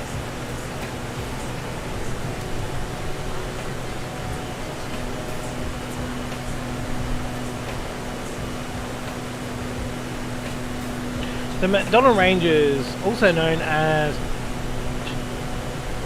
Tjori in Aruna, which is a mountain range located in the southern Northern Territory. Madonna Ranges is also the name given to the interim Australian bioregion, broadly encompassing the mountain range, with an area of 3,929,444 hectares. The range is 644 kilometres long, or 400 miles. Series of mountains in Central Australia, consisting of parallel ridges running in the east and west of Alice Springs. Mountain range contains many spectacular gaps and gorges, as well as areas of Aboriginal significance. The ranges were named after Sir Richard MacDonald, the Governor of South Australia at the time. Just a small area then. Yeah, pretty much, hey. By John MacDonald Stewart, whose 1860 expedition reached them in April of that year. G'day Greg the truck driver, how you doing mate? I'm doing well. He says g'day mate. Whereas you really have an amazing career that you keep under your hat. You have worked in so many places. I have actually worked all over the Northern Territory as well. So I'm a trained barista and obviously retail as well. But yeah, due to things unable to do it anymore. Greg says he's having a beer. Oh, Greg, what beer are you having there, mate? I feel like, I reckon a Great Northern. I reckon you're going to Great Northern beer there. So the Madonna Ranges were often specified in paintings of Albert Namatjura. It has a high, some of the highest peaks are Mount Zill with an elevation of 5,000 feet. Or 1,531 metres. Mount Liebig, which is about 5,000 feet as well. It also consists of the headwaters of the Todd, Fink and Sand Rover rivers for the Madonna Ranges. The range is crossed by the Australian Overland Telegraph Line, the Stewart Highway and the Adelaide-Darwin Rail Corridor at the Heavy Tree Gap. gap created by the Todd River at the southern entrance to Alice Springs. Absolutely amazing. If you ever go to Alice Springs, make sure you have a look at Heavy Tree Gap. It's this little spot, sits like about this far, and travel. You can travel through. It's just awesome, especially when the Todd River is in flow. It's like mwah. Gawin says good evening and good morning. Good evening and good morning, Gawin. Welcome to stream. Hope you're doing well. Oh, Bundy rum. Oh, I don't mind a bit of spice rum. I mean a bit of spice rum. So other bits and pieces. So you, obviously the range is home to a large number of species that include the Centralian tree frog. This is also due to the microclimates that are found around the cold rock pools. There are also tourist facilities such as Larapinta Trail, many Aboriginal rock arts. These include Emily Gap, Jessie Gap, all the gorges that you can find along the way, such as Stanley Chasm, the Orca Pits, Redbank Gorge, Glen Helen Gorge, Mount Giles, Simpsons, and to name a few things. Greg says he likes going to Bali in real life with Jetstar. Yeah, that's probably the best airline to fly to Bali, I reckon, from Australia there, Greg.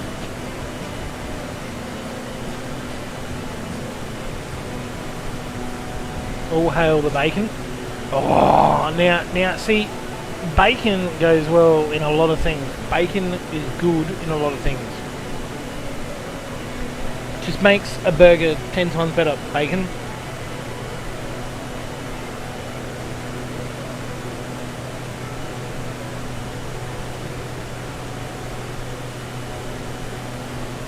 Goes good on pizza. Good with eggs on toast.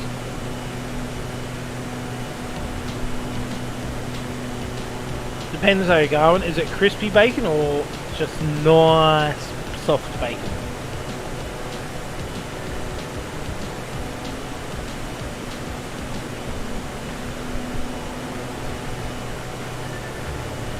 Do take your leftover bacon grease and use it to make popcorn. You won't regret. Ooh. Oh, that's an interesting one. Bacon flavoured popcorn. Crispy all the way. I do like a bit of crispy bacon, but it's got to be the right crispy, because you you cook it way too much as well. I go and grim and bacon will be. So it's not Cookie Monster going cookies. It's bacon. Greg says hello from Logan City. Toasted bacon sarnies with tomato sauce, not crispy. Ooh, bacon sandwiches with tomato sauce, that's good. And a fried egg. Gotta put a fried egg in there, Tootie. Bacon. No, I gotta do the Cookie Monster sound right. Cookie time. No, this is going. This is going. Bacon. Yes, we can do that. No. Don't actually smoke there, Greg. However, I'm a true South Aussie with my Farmers Union iced coffee.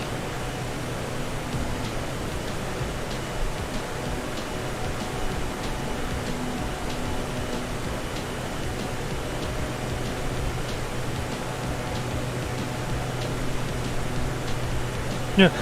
Oh, you mean this? Bacon.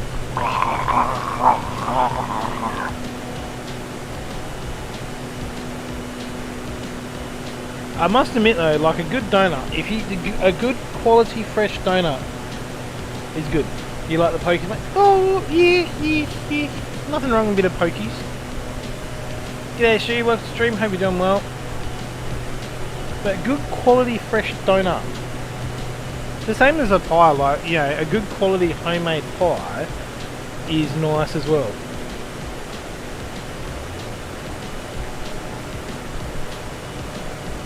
Bacon in a pie is next level.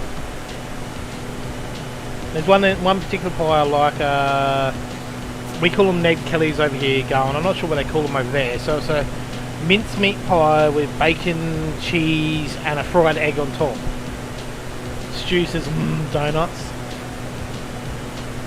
Yeah, but that's an interesting question though. What flavour donut though? Like, what flavour donut would you have? Judy says, blimey flying where's makes you hungry? I know, it's convenient, isn't it? We all want bacon now and donuts. Well, notice you... Oh, Matt, you're behind. I was going to say, I've noticed you ducked off to go get some bacon.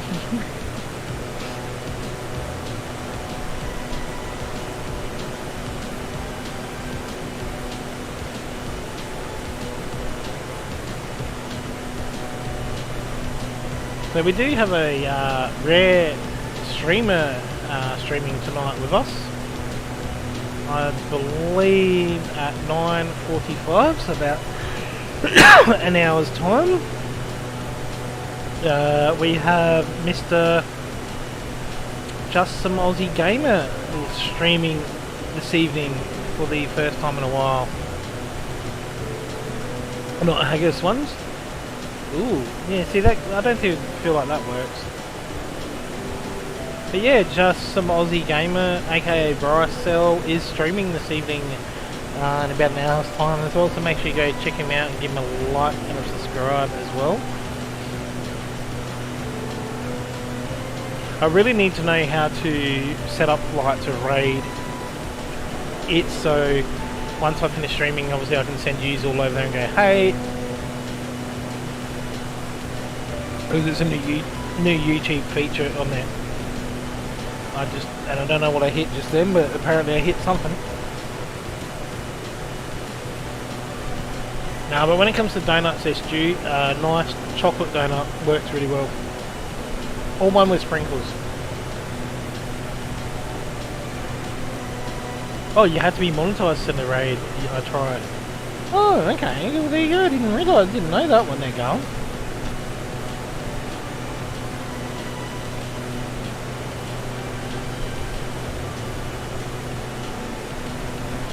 How far are you off of getting monetized there, buddy? How many subs have you got? Let's have a look at this going. I reckon for those people watching, let's try and get going to 750 subs by the end of the stream, hey? Let's get going to 750. So go check him out, guys. Let's get him to 750. Let's give him those 5 subs so he's only got 250 to go. Nah, I didn't actually watch the footy. My team's actually playing tonight, Greg. I go for the Adelaide Crows.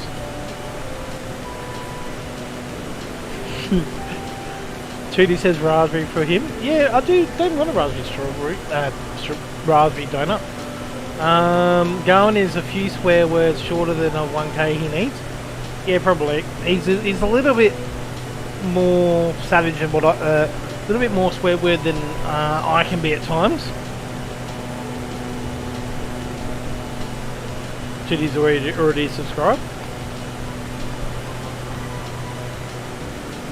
Jam ones. Oh, nice warm jam ball donuts. Oh, yum. Chocolate cream filled donut. Oh, so over here, going, we have Nutella. And they're normally filled with Nutella with white icing on top. No, anytime going. I'll try and push you to the magic 750 mark. The best donuts are the free ones. Yeah, that's true. That is true. Yeah, but see, everything is best when it's free. Technically.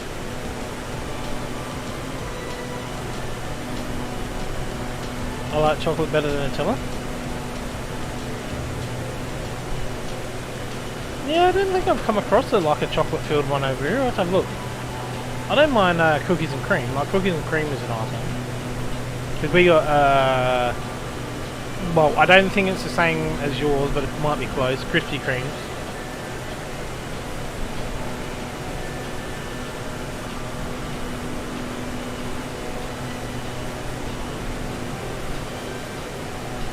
You're making me hungry and want a donut now.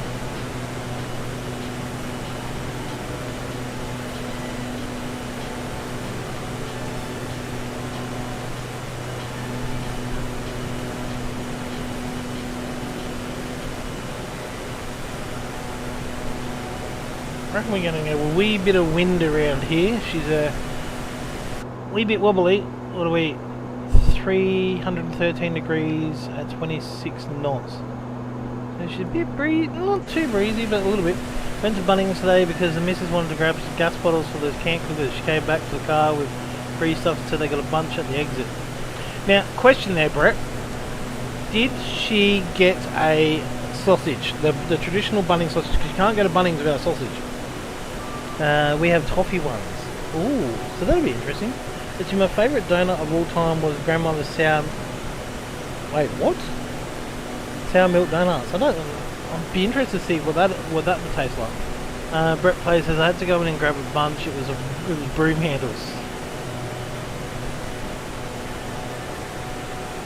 What? How many broom handles did you get? And he says no. Now, see, that's I feel like that's not a Bunnings trip because you didn't get the sausage.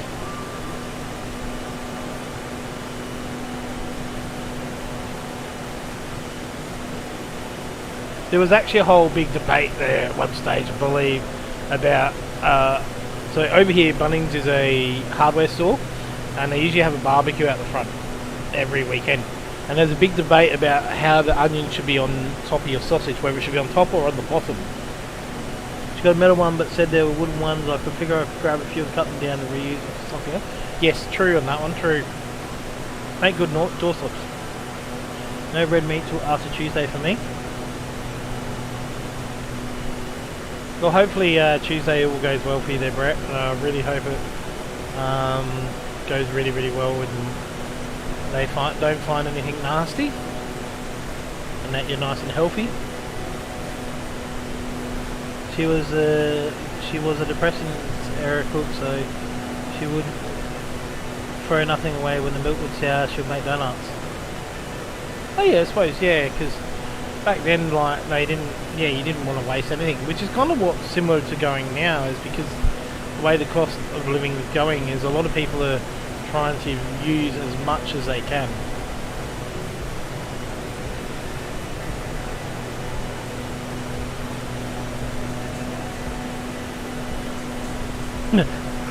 Judy says I was pleased to see a few Bunnings and Oz from the outside. It was on my wish list. Yeah, see, the nearest Bunnings to me is about 3 hours away.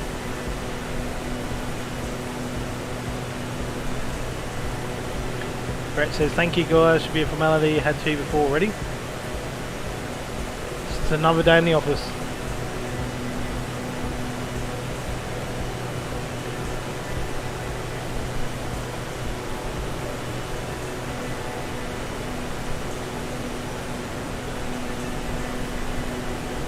But I suppose Bunnings is probably as iconic to us as like Walmart is to America. Like, you know, you go to America, you go to Walmart. Only now I'm older and heavier.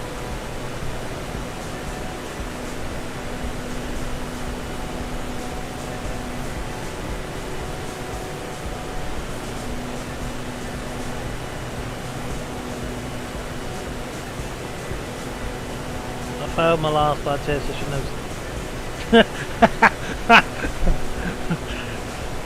Oh, that's good. Oh, that's just a dad joke and a half there. Gawin says, I failed my last blood test. I should have studied harder.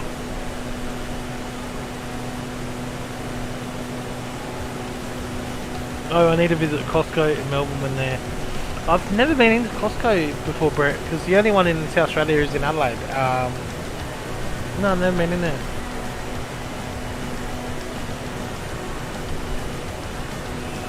I mean, I've been to IKEA, got lost in IKEA, because it's a mission to try and get out in and out of the place. Bulk bacon, yum.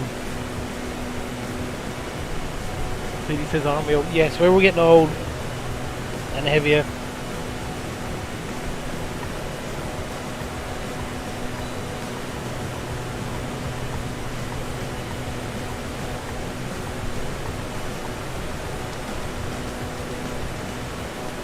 Well, anything, I guess.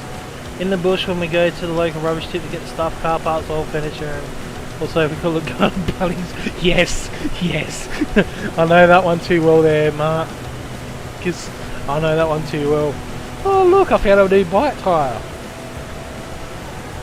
Mate, I can't live without my trade shirt, Bundy rum, Winnie blues, mullet, thongs, my Southern Cross tattoo, pokies, beer and Bali holidays.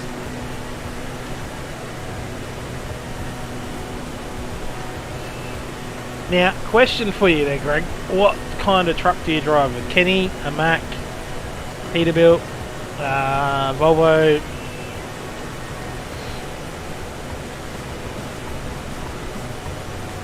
But nothing wrong with all of them as well.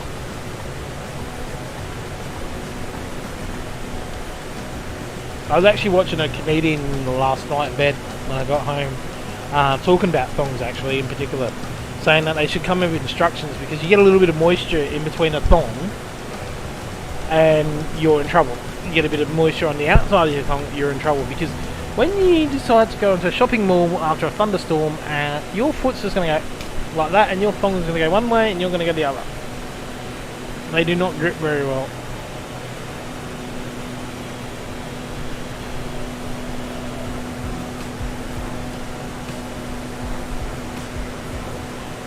A Mack truck. Oh, yeah, that's a good truck.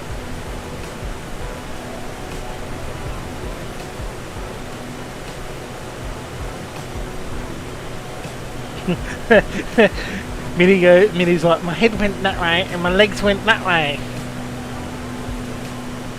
Dear Lord, that sounds funny because we'll call something else a thong. Oh yeah, I can imagine that. I mean,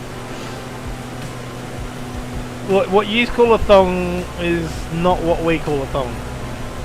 Oh yeah, I saw a really nice KW K100E here the other day down the road. It was nice to see it still working, being looked after. I said that'll be a nice one.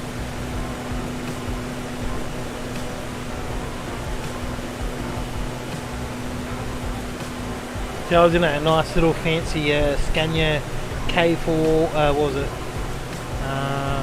Let's have a look at this. It's not a truck, but kind of a truck chassis if you think about it. So I was in a Scania K410IB yesterday.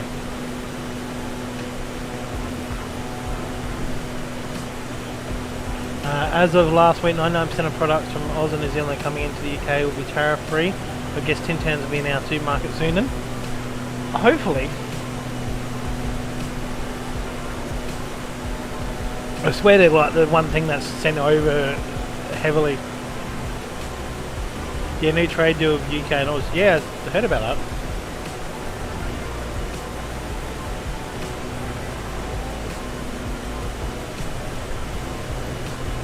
Yeah, because one of the biggest ones I seen in that is they really want to look at getting, because at the moment we are not sure about Tasmania as such, but there's a lot of doctor shortages, and one of the trade deal things was they were going to look at bringing UK doctors across here as well, which kind of benefits both countries, because there's a lot of things that we can provide to you that you can also, and a lot of things you can provide to us as well.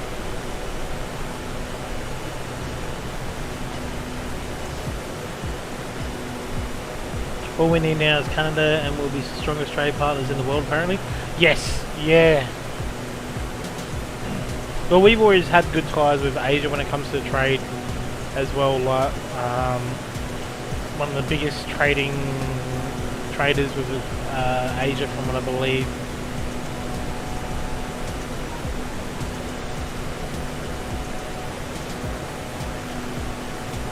Kanzuk. Not sure what you mean on that one there, Tootie. They're about 140 nautical miles away from Tennant Creek here. Kanazuk. I'm confused now.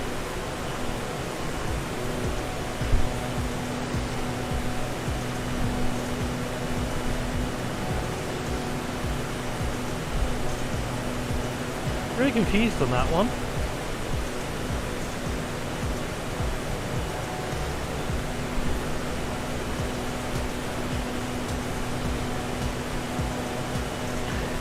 Oh, okay, so is the proposed alliance comprising of Canada, Australia, New Zealand and the United Kingdom part of an international organisation or confederation similar in scope to the former European economy community? I suppose that would actually benefit a lot of people actually, like that trade agreement, the proposed alliance trade agreement would, yeah.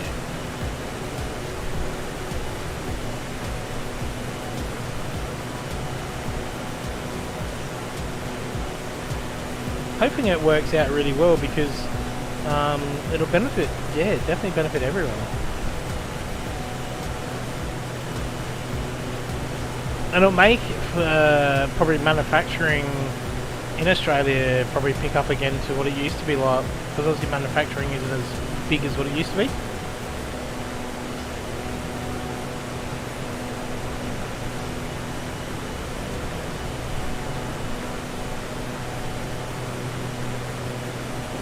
We might actually see like cheaper European cars come across as well.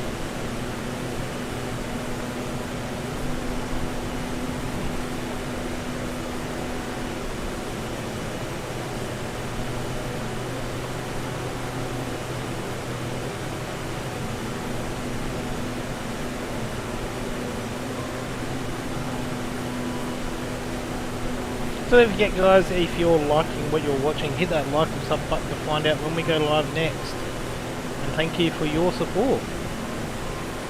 With world trade, it will be a boom for resource wealth countries like Oz and Canada. Oh yes, yes, because we're in the midst of a huge resource boom in Australia at the moment as well. Like they were talking about stuff like hydrogen plants, obviously the various mines that we have, as well as the agricultural businesses.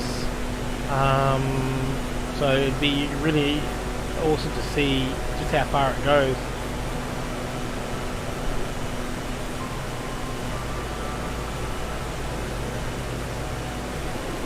Because even though we're such a big country, we are very vast in the resources that we do have readily available.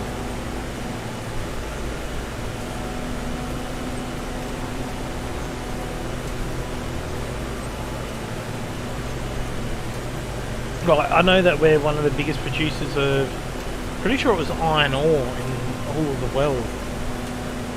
I know we play a heavy part in the gas industry as well. I think uranium's another one we play a big part in. Oh, obviously opals.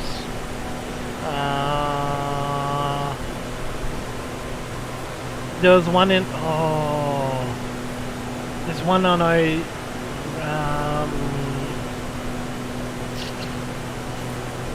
what was that one?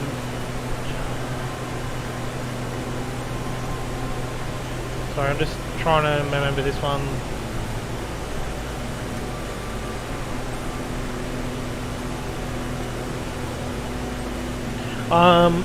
So zircon is another one, which is we're one of the biggest zircon, which is obviously used to make ceramics in the world as well, which is based in South Australia.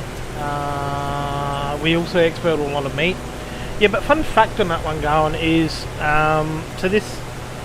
so we get it in from New Zealand as well. Aussie bacon, yes.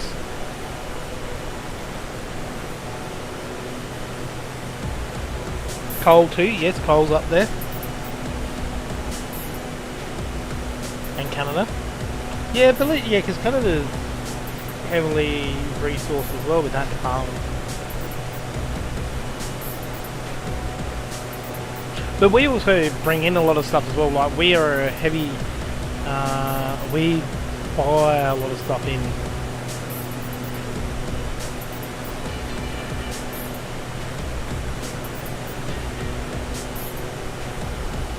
But trade windows like that will not only benefit us, but it will benefit the rest of the world, because they could almost use, so like smaller areas, like say Fiji, maybe like I was going to say Fiji and stuff, but I don't know how that would work. Can utilise our trading as a way of bringing products to and from, like, you know, it'd be cheaper to get it from us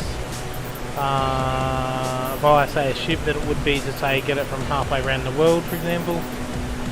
So there's a lot of beneficial perks that come out of the trade.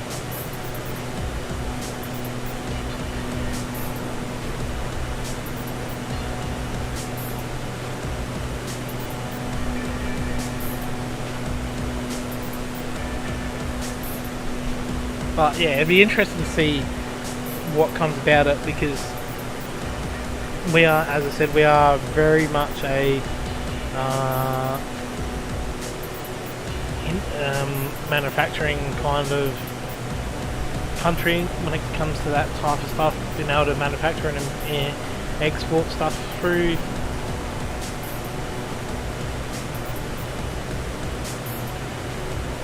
Isn't another one of ours, I'm trying to think now.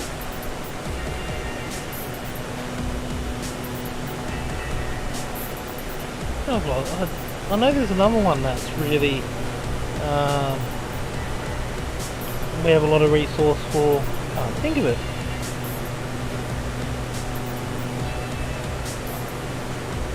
There's also things like our trade schools and our universities and stuff as well that'll benefit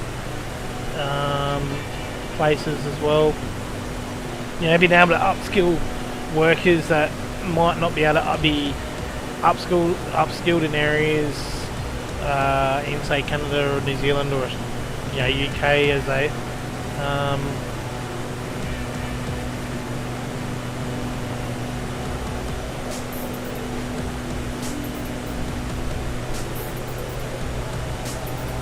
we're probably going to start our descent here.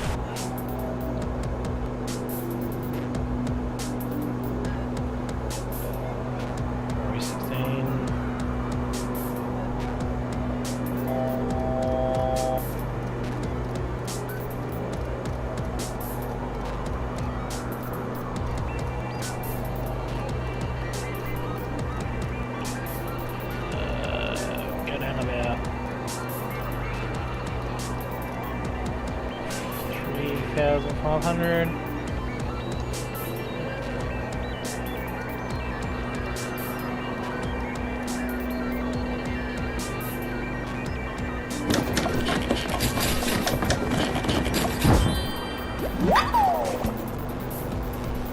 Uh-oh. Mrs. Letter to Rape 709 is here. G'day Emily, welcome to stream, hope you're doing well. I thought you'd like that one. She loves her Animal Crossing, so sat there today trying to find a nice little Animal Crossing sound for it on stream. But yeah, hope you're doing well.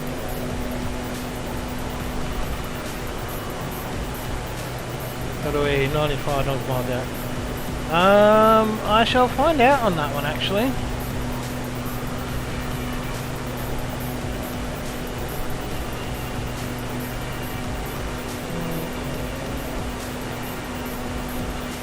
Let's have a little Google on that one. Where do we do?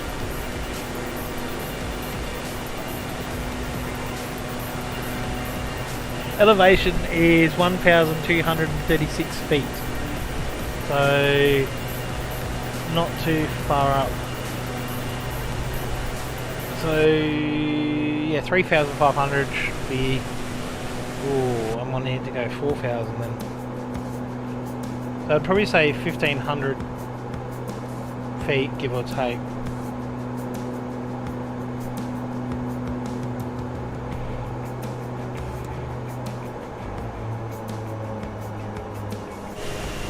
Change gears on that one. So everyone's saying hello to Emily, and Emily's saying hello to hi, run back with her little angel head. Aww. No, we had an absolutely lovely time on the holiday together. We did lurk in a few streams here and there and say g'day, and saying g'day to everyone.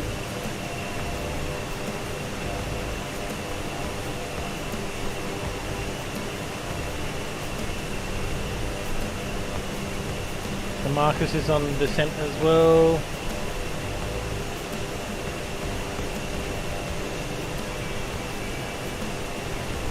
Not sure. Just keep an eye on this. Changes to.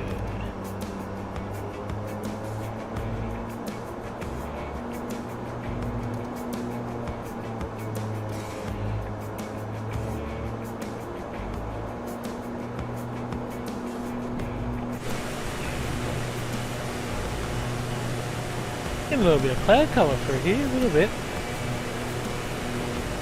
Just make sure we're not over speeding, so we're still good. Peg this down a little bit more. Where are we? So we've got about a 19 knot wind. G says g'day to Emily. So I'm just going to check the.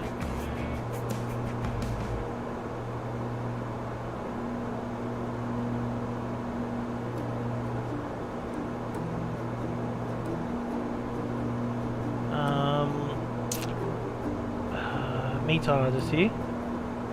I'm off, have a great flight. Not a problem there, Garland. Thanks for jumping in. Hope you have a lovely day, mate.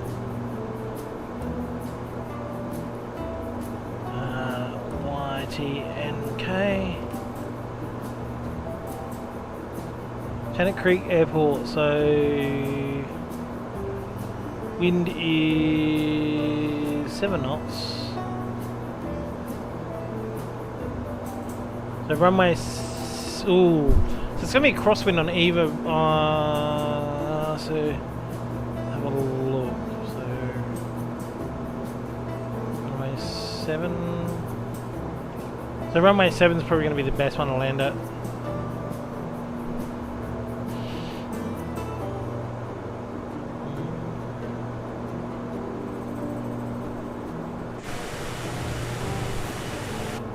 Or slow this down just a tad.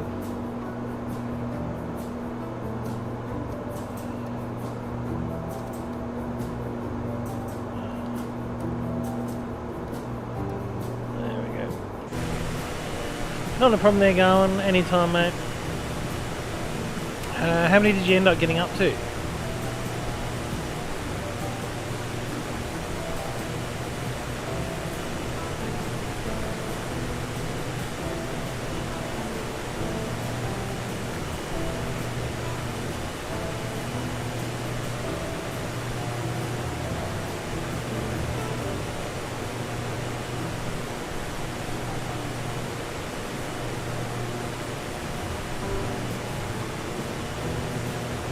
What did we get in? 747, nice one. So I got in pretty close.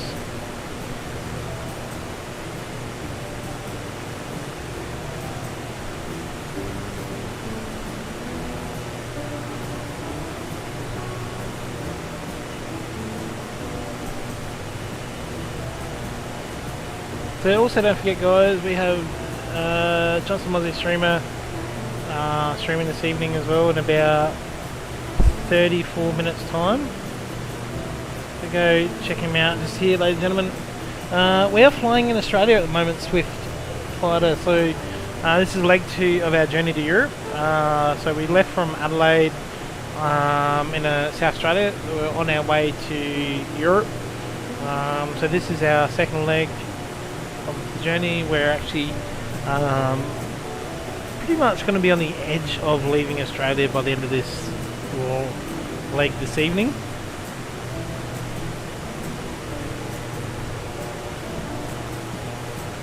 So it'll be good to obviously start crossing into Asia in the next leg.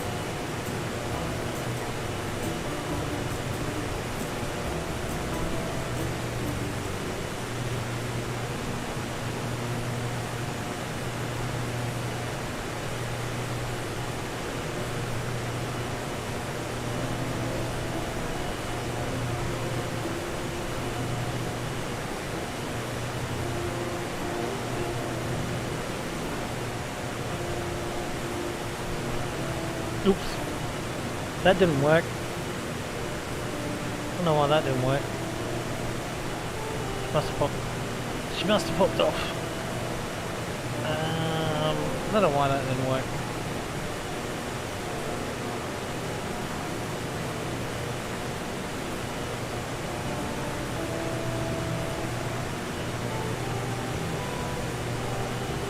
I was going to say, g'day to her, but it didn't let me do it.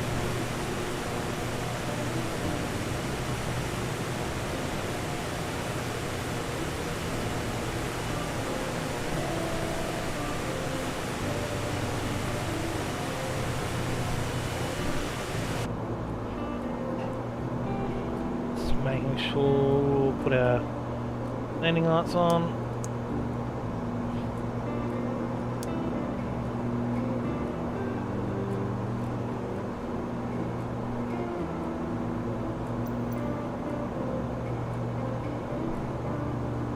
Just keep it on the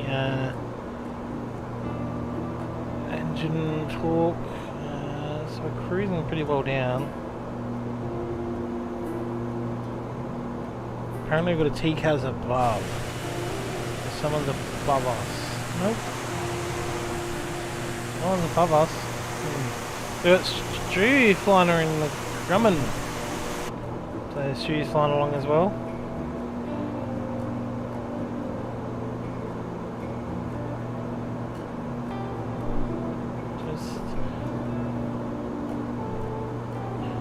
Just going to check the runways just here. Runway 7 is a cross runway. Alright, so we need to... Alright, so we're going to go into heading mode now. And line ourselves up for runway 7.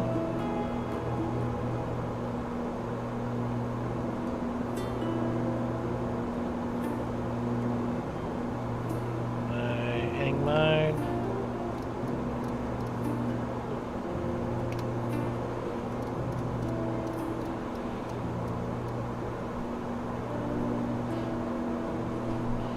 So I'm coming out a bit wider now, so we can actually kind of loop up and around and land into it. So if we go this way a little bit more.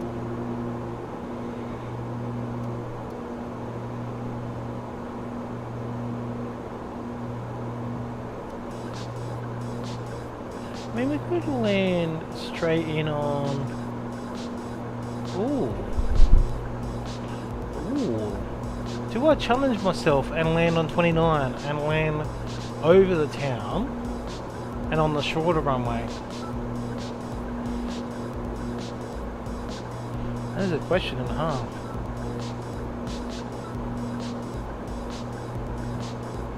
How short of a runway is it? 3,000 feet. What's the ATR require?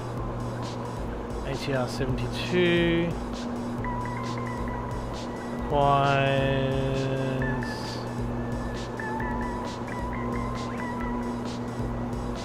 Oh, I reckon we could do it.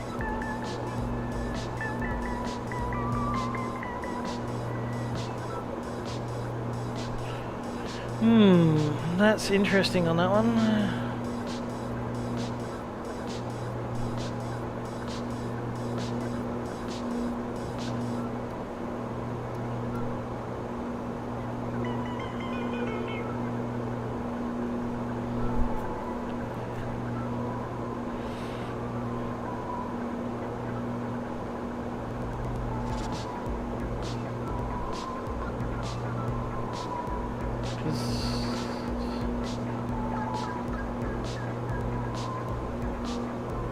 I'll continue out this way. I'll go on almost 7.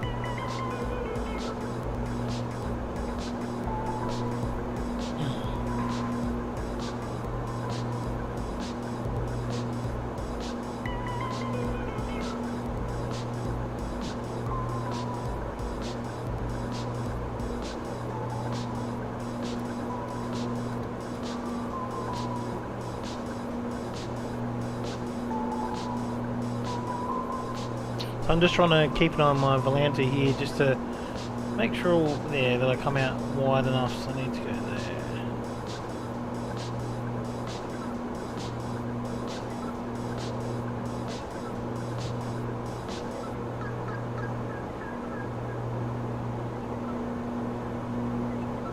making sure everything lines up properly on that one.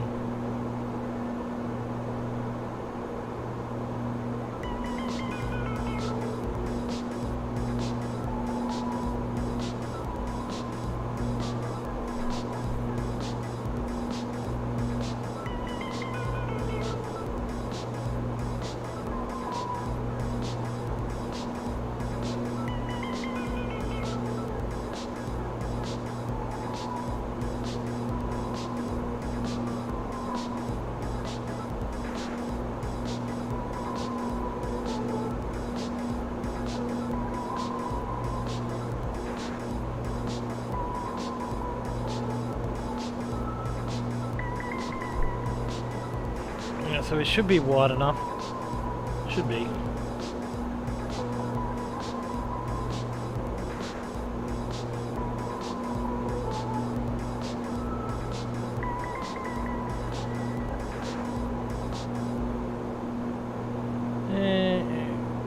Yep. So Marcus looks like he's on the scent to land.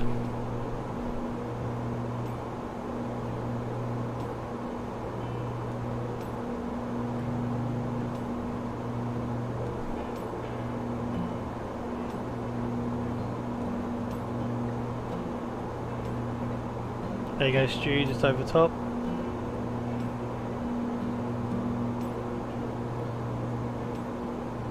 You're in VR. Oh, awesome. That'd be awesome to see there as well. So, quick question for you guys. Just a quick question. Do we want to finish it here in Tennant Creek? Then all jump along, support Bryce, fly along with him as well, or do we want to continue do the other flight to this leg as well? I'm happy to do either. I just was just wondering, because obviously Bryce hasn't streamed for a while as well, that it might be a good idea to jump in and fly and support him.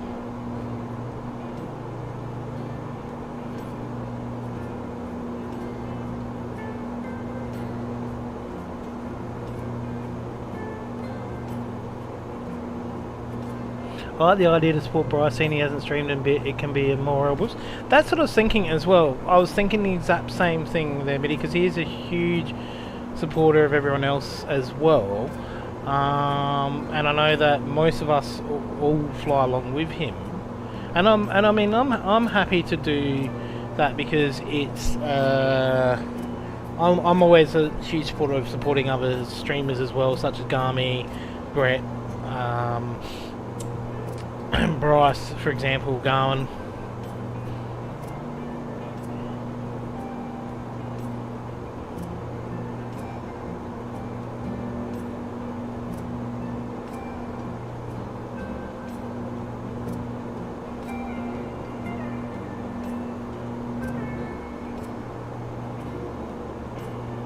You can't manage another flight, but can watch Bryce a bit. Yeah, that's the thing. Like, even if we just watch or fly, either one is good. As I said, I don't mind either way.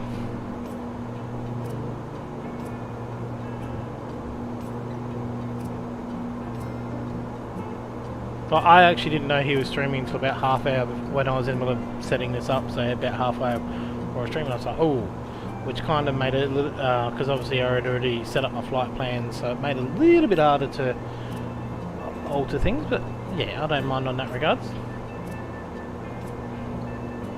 We'll put a poll up, we'll see what people want to do.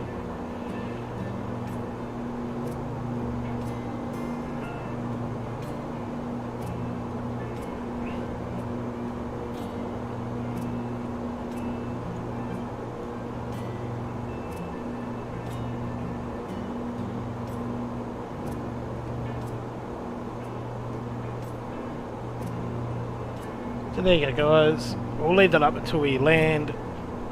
Do we fly with, oh, I should have changed it to raid.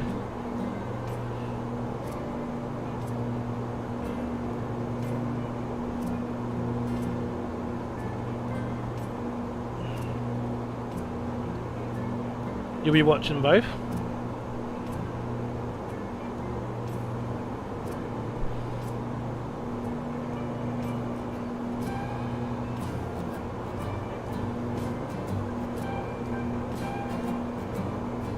we got 3 votes for yes so far. What's your ETA? About 7 minutes there, Brett. But next flight's about an hour and 40 minutes, give or take. So including setup, so probably another 2 hours on top.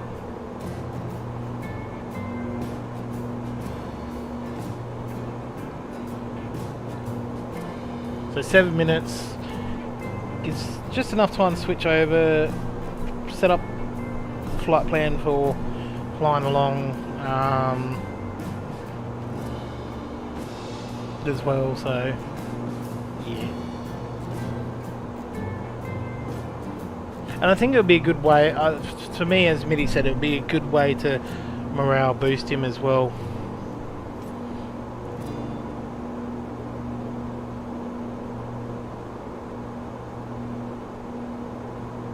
So I reckon that pretty much sums it up, because we got 4 votes. It says 100% yes, so I reckon we'll do that, guys. We'll finish up here in Tennant Creek, which I'm more than happy to do. And we'll jump over, we'll raid Bryce, we'll hang out in Bryce's chat stream, we'll fly along in Bryce's as well to show him love and support.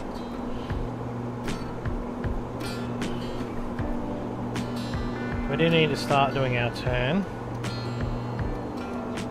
We need to go down a little bit quicker.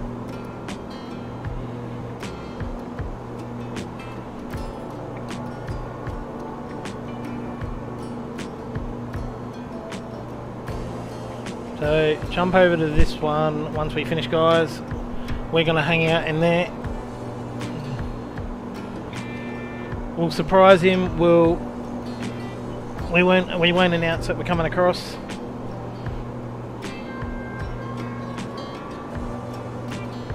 I will need to create a flight plan as well. I don't have his ICAOs, that's the only problem.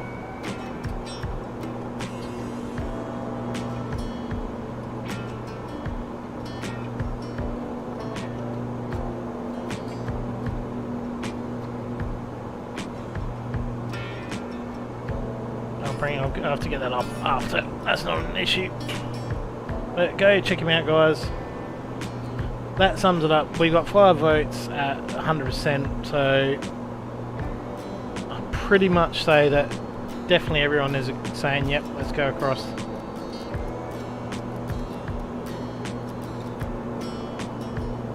And as I said, I'm more than happy to. Like, I would do the same if it was Brett. If he was streaming and hadn't streamed for a while as well. I'd do the same if it was Gami as well, if he hadn't streamed for a while. Because I love supporting other streamers, because without them I wouldn't be streaming.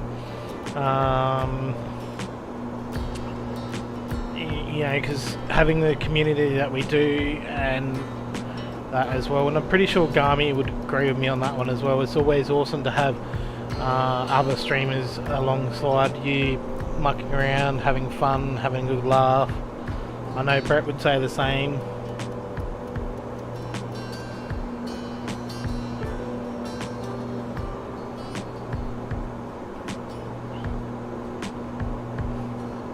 But the other thing that I see it as well is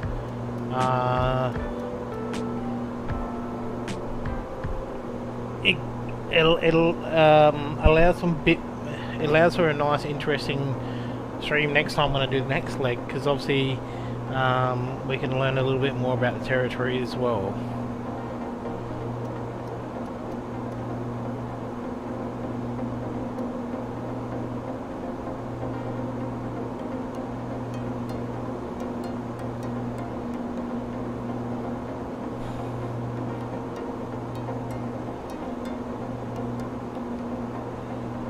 So we need to straighten up this way, sorry.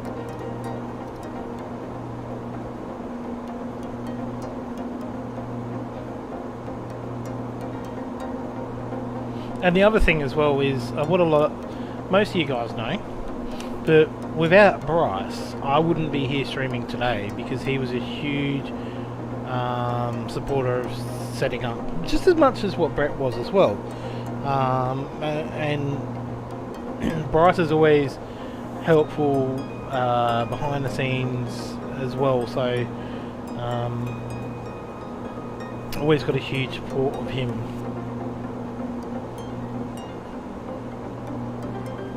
As I said, guys, go check him out.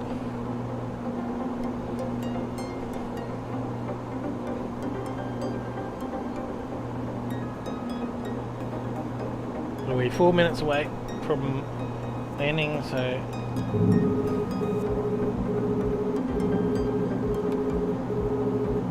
start slowing down.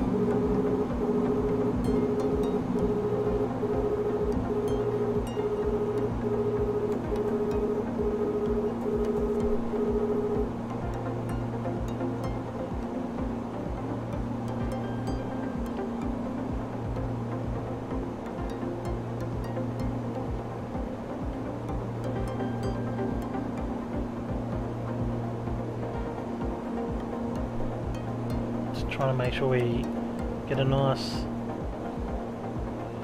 approach here.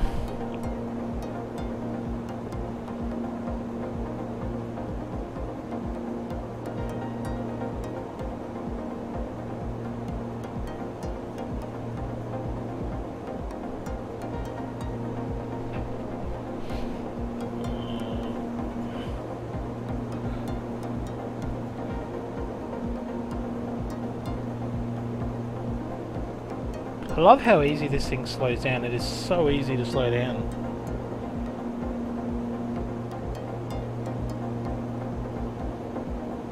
I'd love to join, but I'm a little bit busy, so no more flying plan today. Not a problem there, Marcus.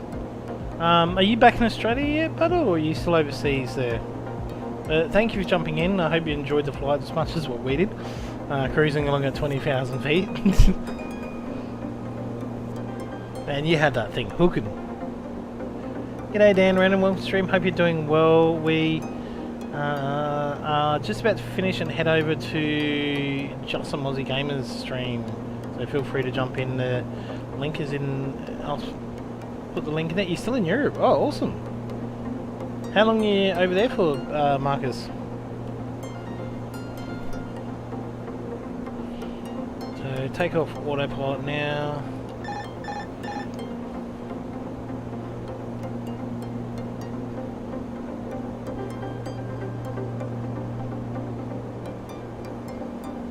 Yeah, it's his first stream back for a while there, Dan, so I feel like we'll go jump over, we'll go finish this one up, we'll jump across and show him some support and fly along.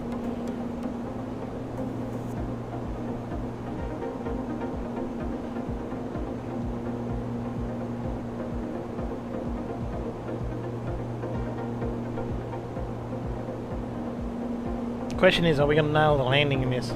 Not sure. I'm caring for my mum over here. She's in bad. Oh, well, from all of us here in the channel of Let It Rave here, mate, I really hope your mum gets better soon, bud.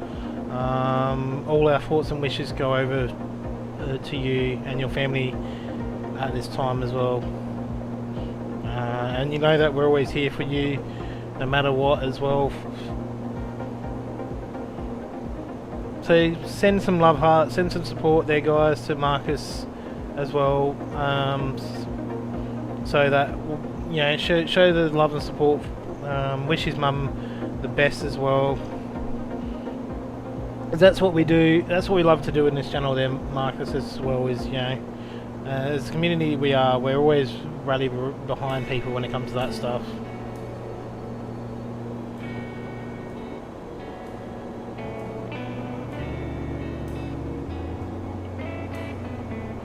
So when are you streaming next, Gami, there as well?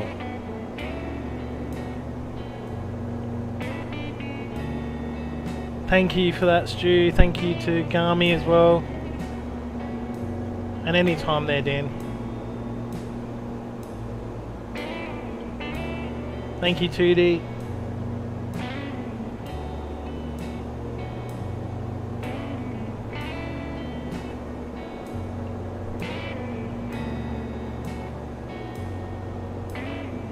Oh, Scum Island. Oh, awesome.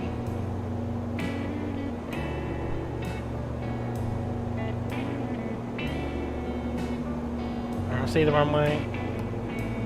Cheers everyone, I miss my life and my friends in Australia, but family always comes first. Definitely, family is always comes first. I agree with you 100% on that one, mate.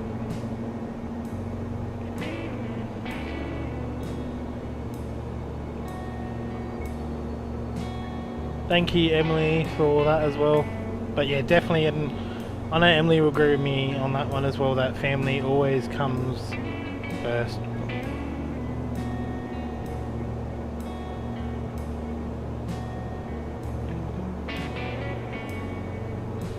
Yeah, so we had an interesting one there, Gami and Stu. We actually had a, well, we think it was a UFO actually fly on stream.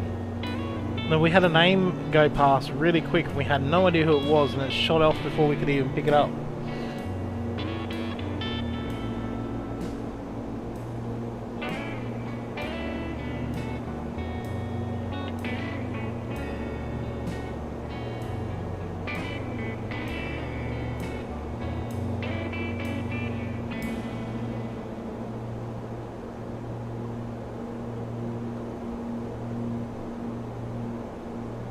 Yeah, it might be. Are you still testing the VR? Could be a dark star.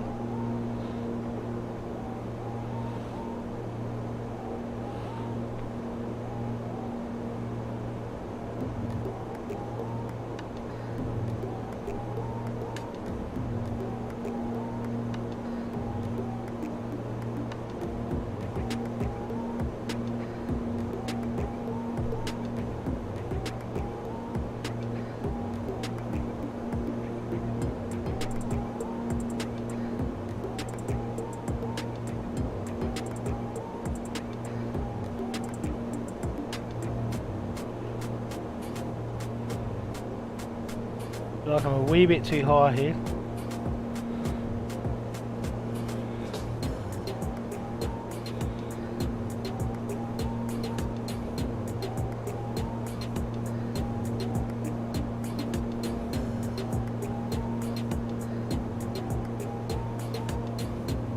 A little bit to the right.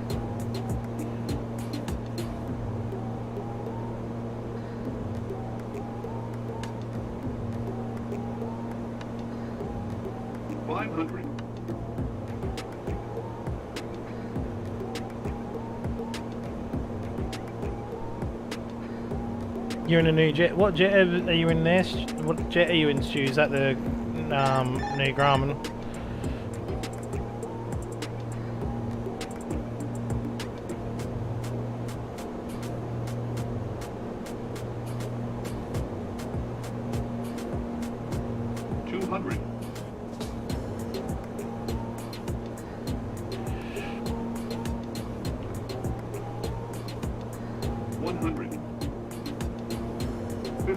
Float it, float it, float it. 20. 10.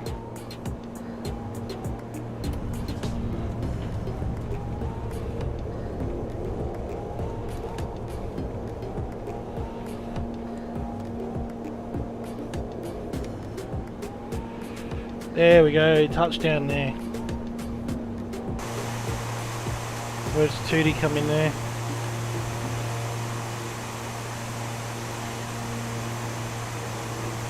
Gami's in the G39.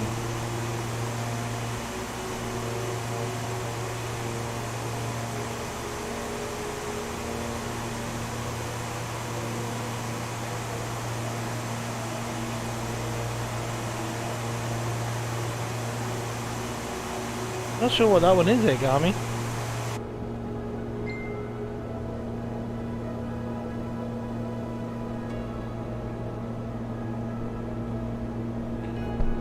Oh, okay. Any good there, Stu?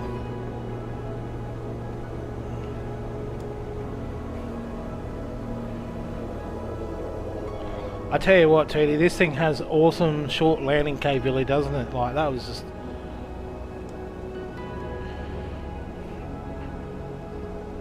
I just love how easy this thing lands. So, how do we go with our landing there, guys? How do we reckon we did? Did you spill your Coke or your coffee?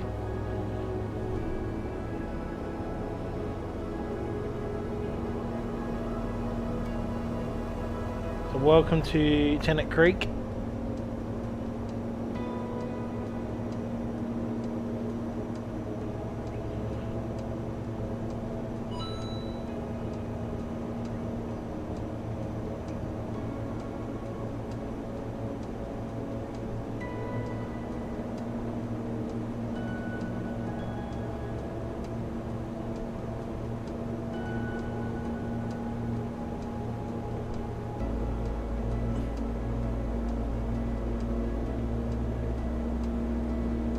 Is fast Mach 1.6 smooth as butter.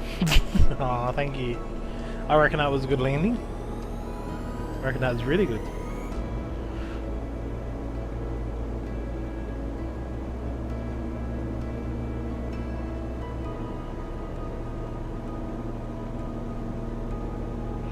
I was standing in the middle of the runway in VR when you landed. Nice touchdown. That's probably the best I've actually done in this there, Marcus. If you filmed it, I'd love to see it, because that'd be an awesome little short. Like, that was a really, really good landing, but to see it from that point of view, it'd be awesome to see. Floated it for a while, like, I just had to float it out, not drop the front wheel down.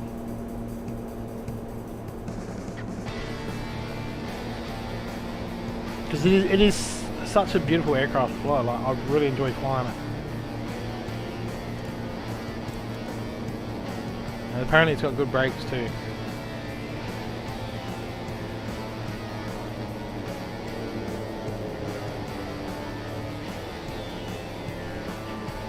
I should start recording stuff, you're right. Yeah, it'd be awesome. Been testing out the Bell 22B helicopter. That's the new one that came out, isn't it?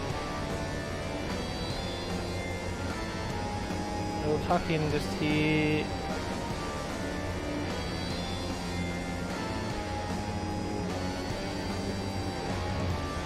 Next to the Cody.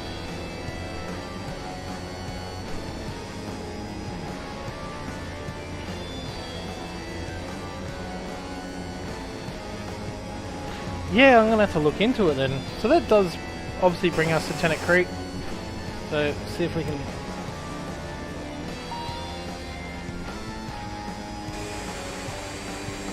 Oh, have they fixed this? Have they fixed this? Oh, they have fixed this. I'm liking this. Well, you're into heaven mode. That does bring us obviously to the end of the stream as we now reach Tennant Creek. We will pick up the second part of this leg in a future stream, obviously, because we're going to jump across to Bryce's stream. So go check him out here, guys. Give him a love, give him a subscribe. We are going to fly along with him. We're going to jump in as well. So thank you to everyone that flew along. Thank you to Tootie, Kanga, Gami, Stu, Tootie. Who else did I miss there? I think that was everybody. Thank you to Brett for jumping in the chat. Thank you to Dan Random. Thank you to Marcus. Also flying along there, Marcus. Thank you to Stu. Thank you to Emily for jumping in. Thank you to Swiftfighter. Thank you to Greg the Truckie. Thank you to Minnie for jumping in as well. Not sure if thank you to Gawin. Have I missed anyone else? I'm not 100% sure there. But thank you guys. That was an awesome stream. That was a lot of fun. We will pick up, as I said, the next leg as well. The next part of the journey of this one as well in a future stream, which will take us from Tennant Creek outside of Australia, hopefully. So thank you guys, and I'll see you on Bryce's streams. Have a good night. Cheers.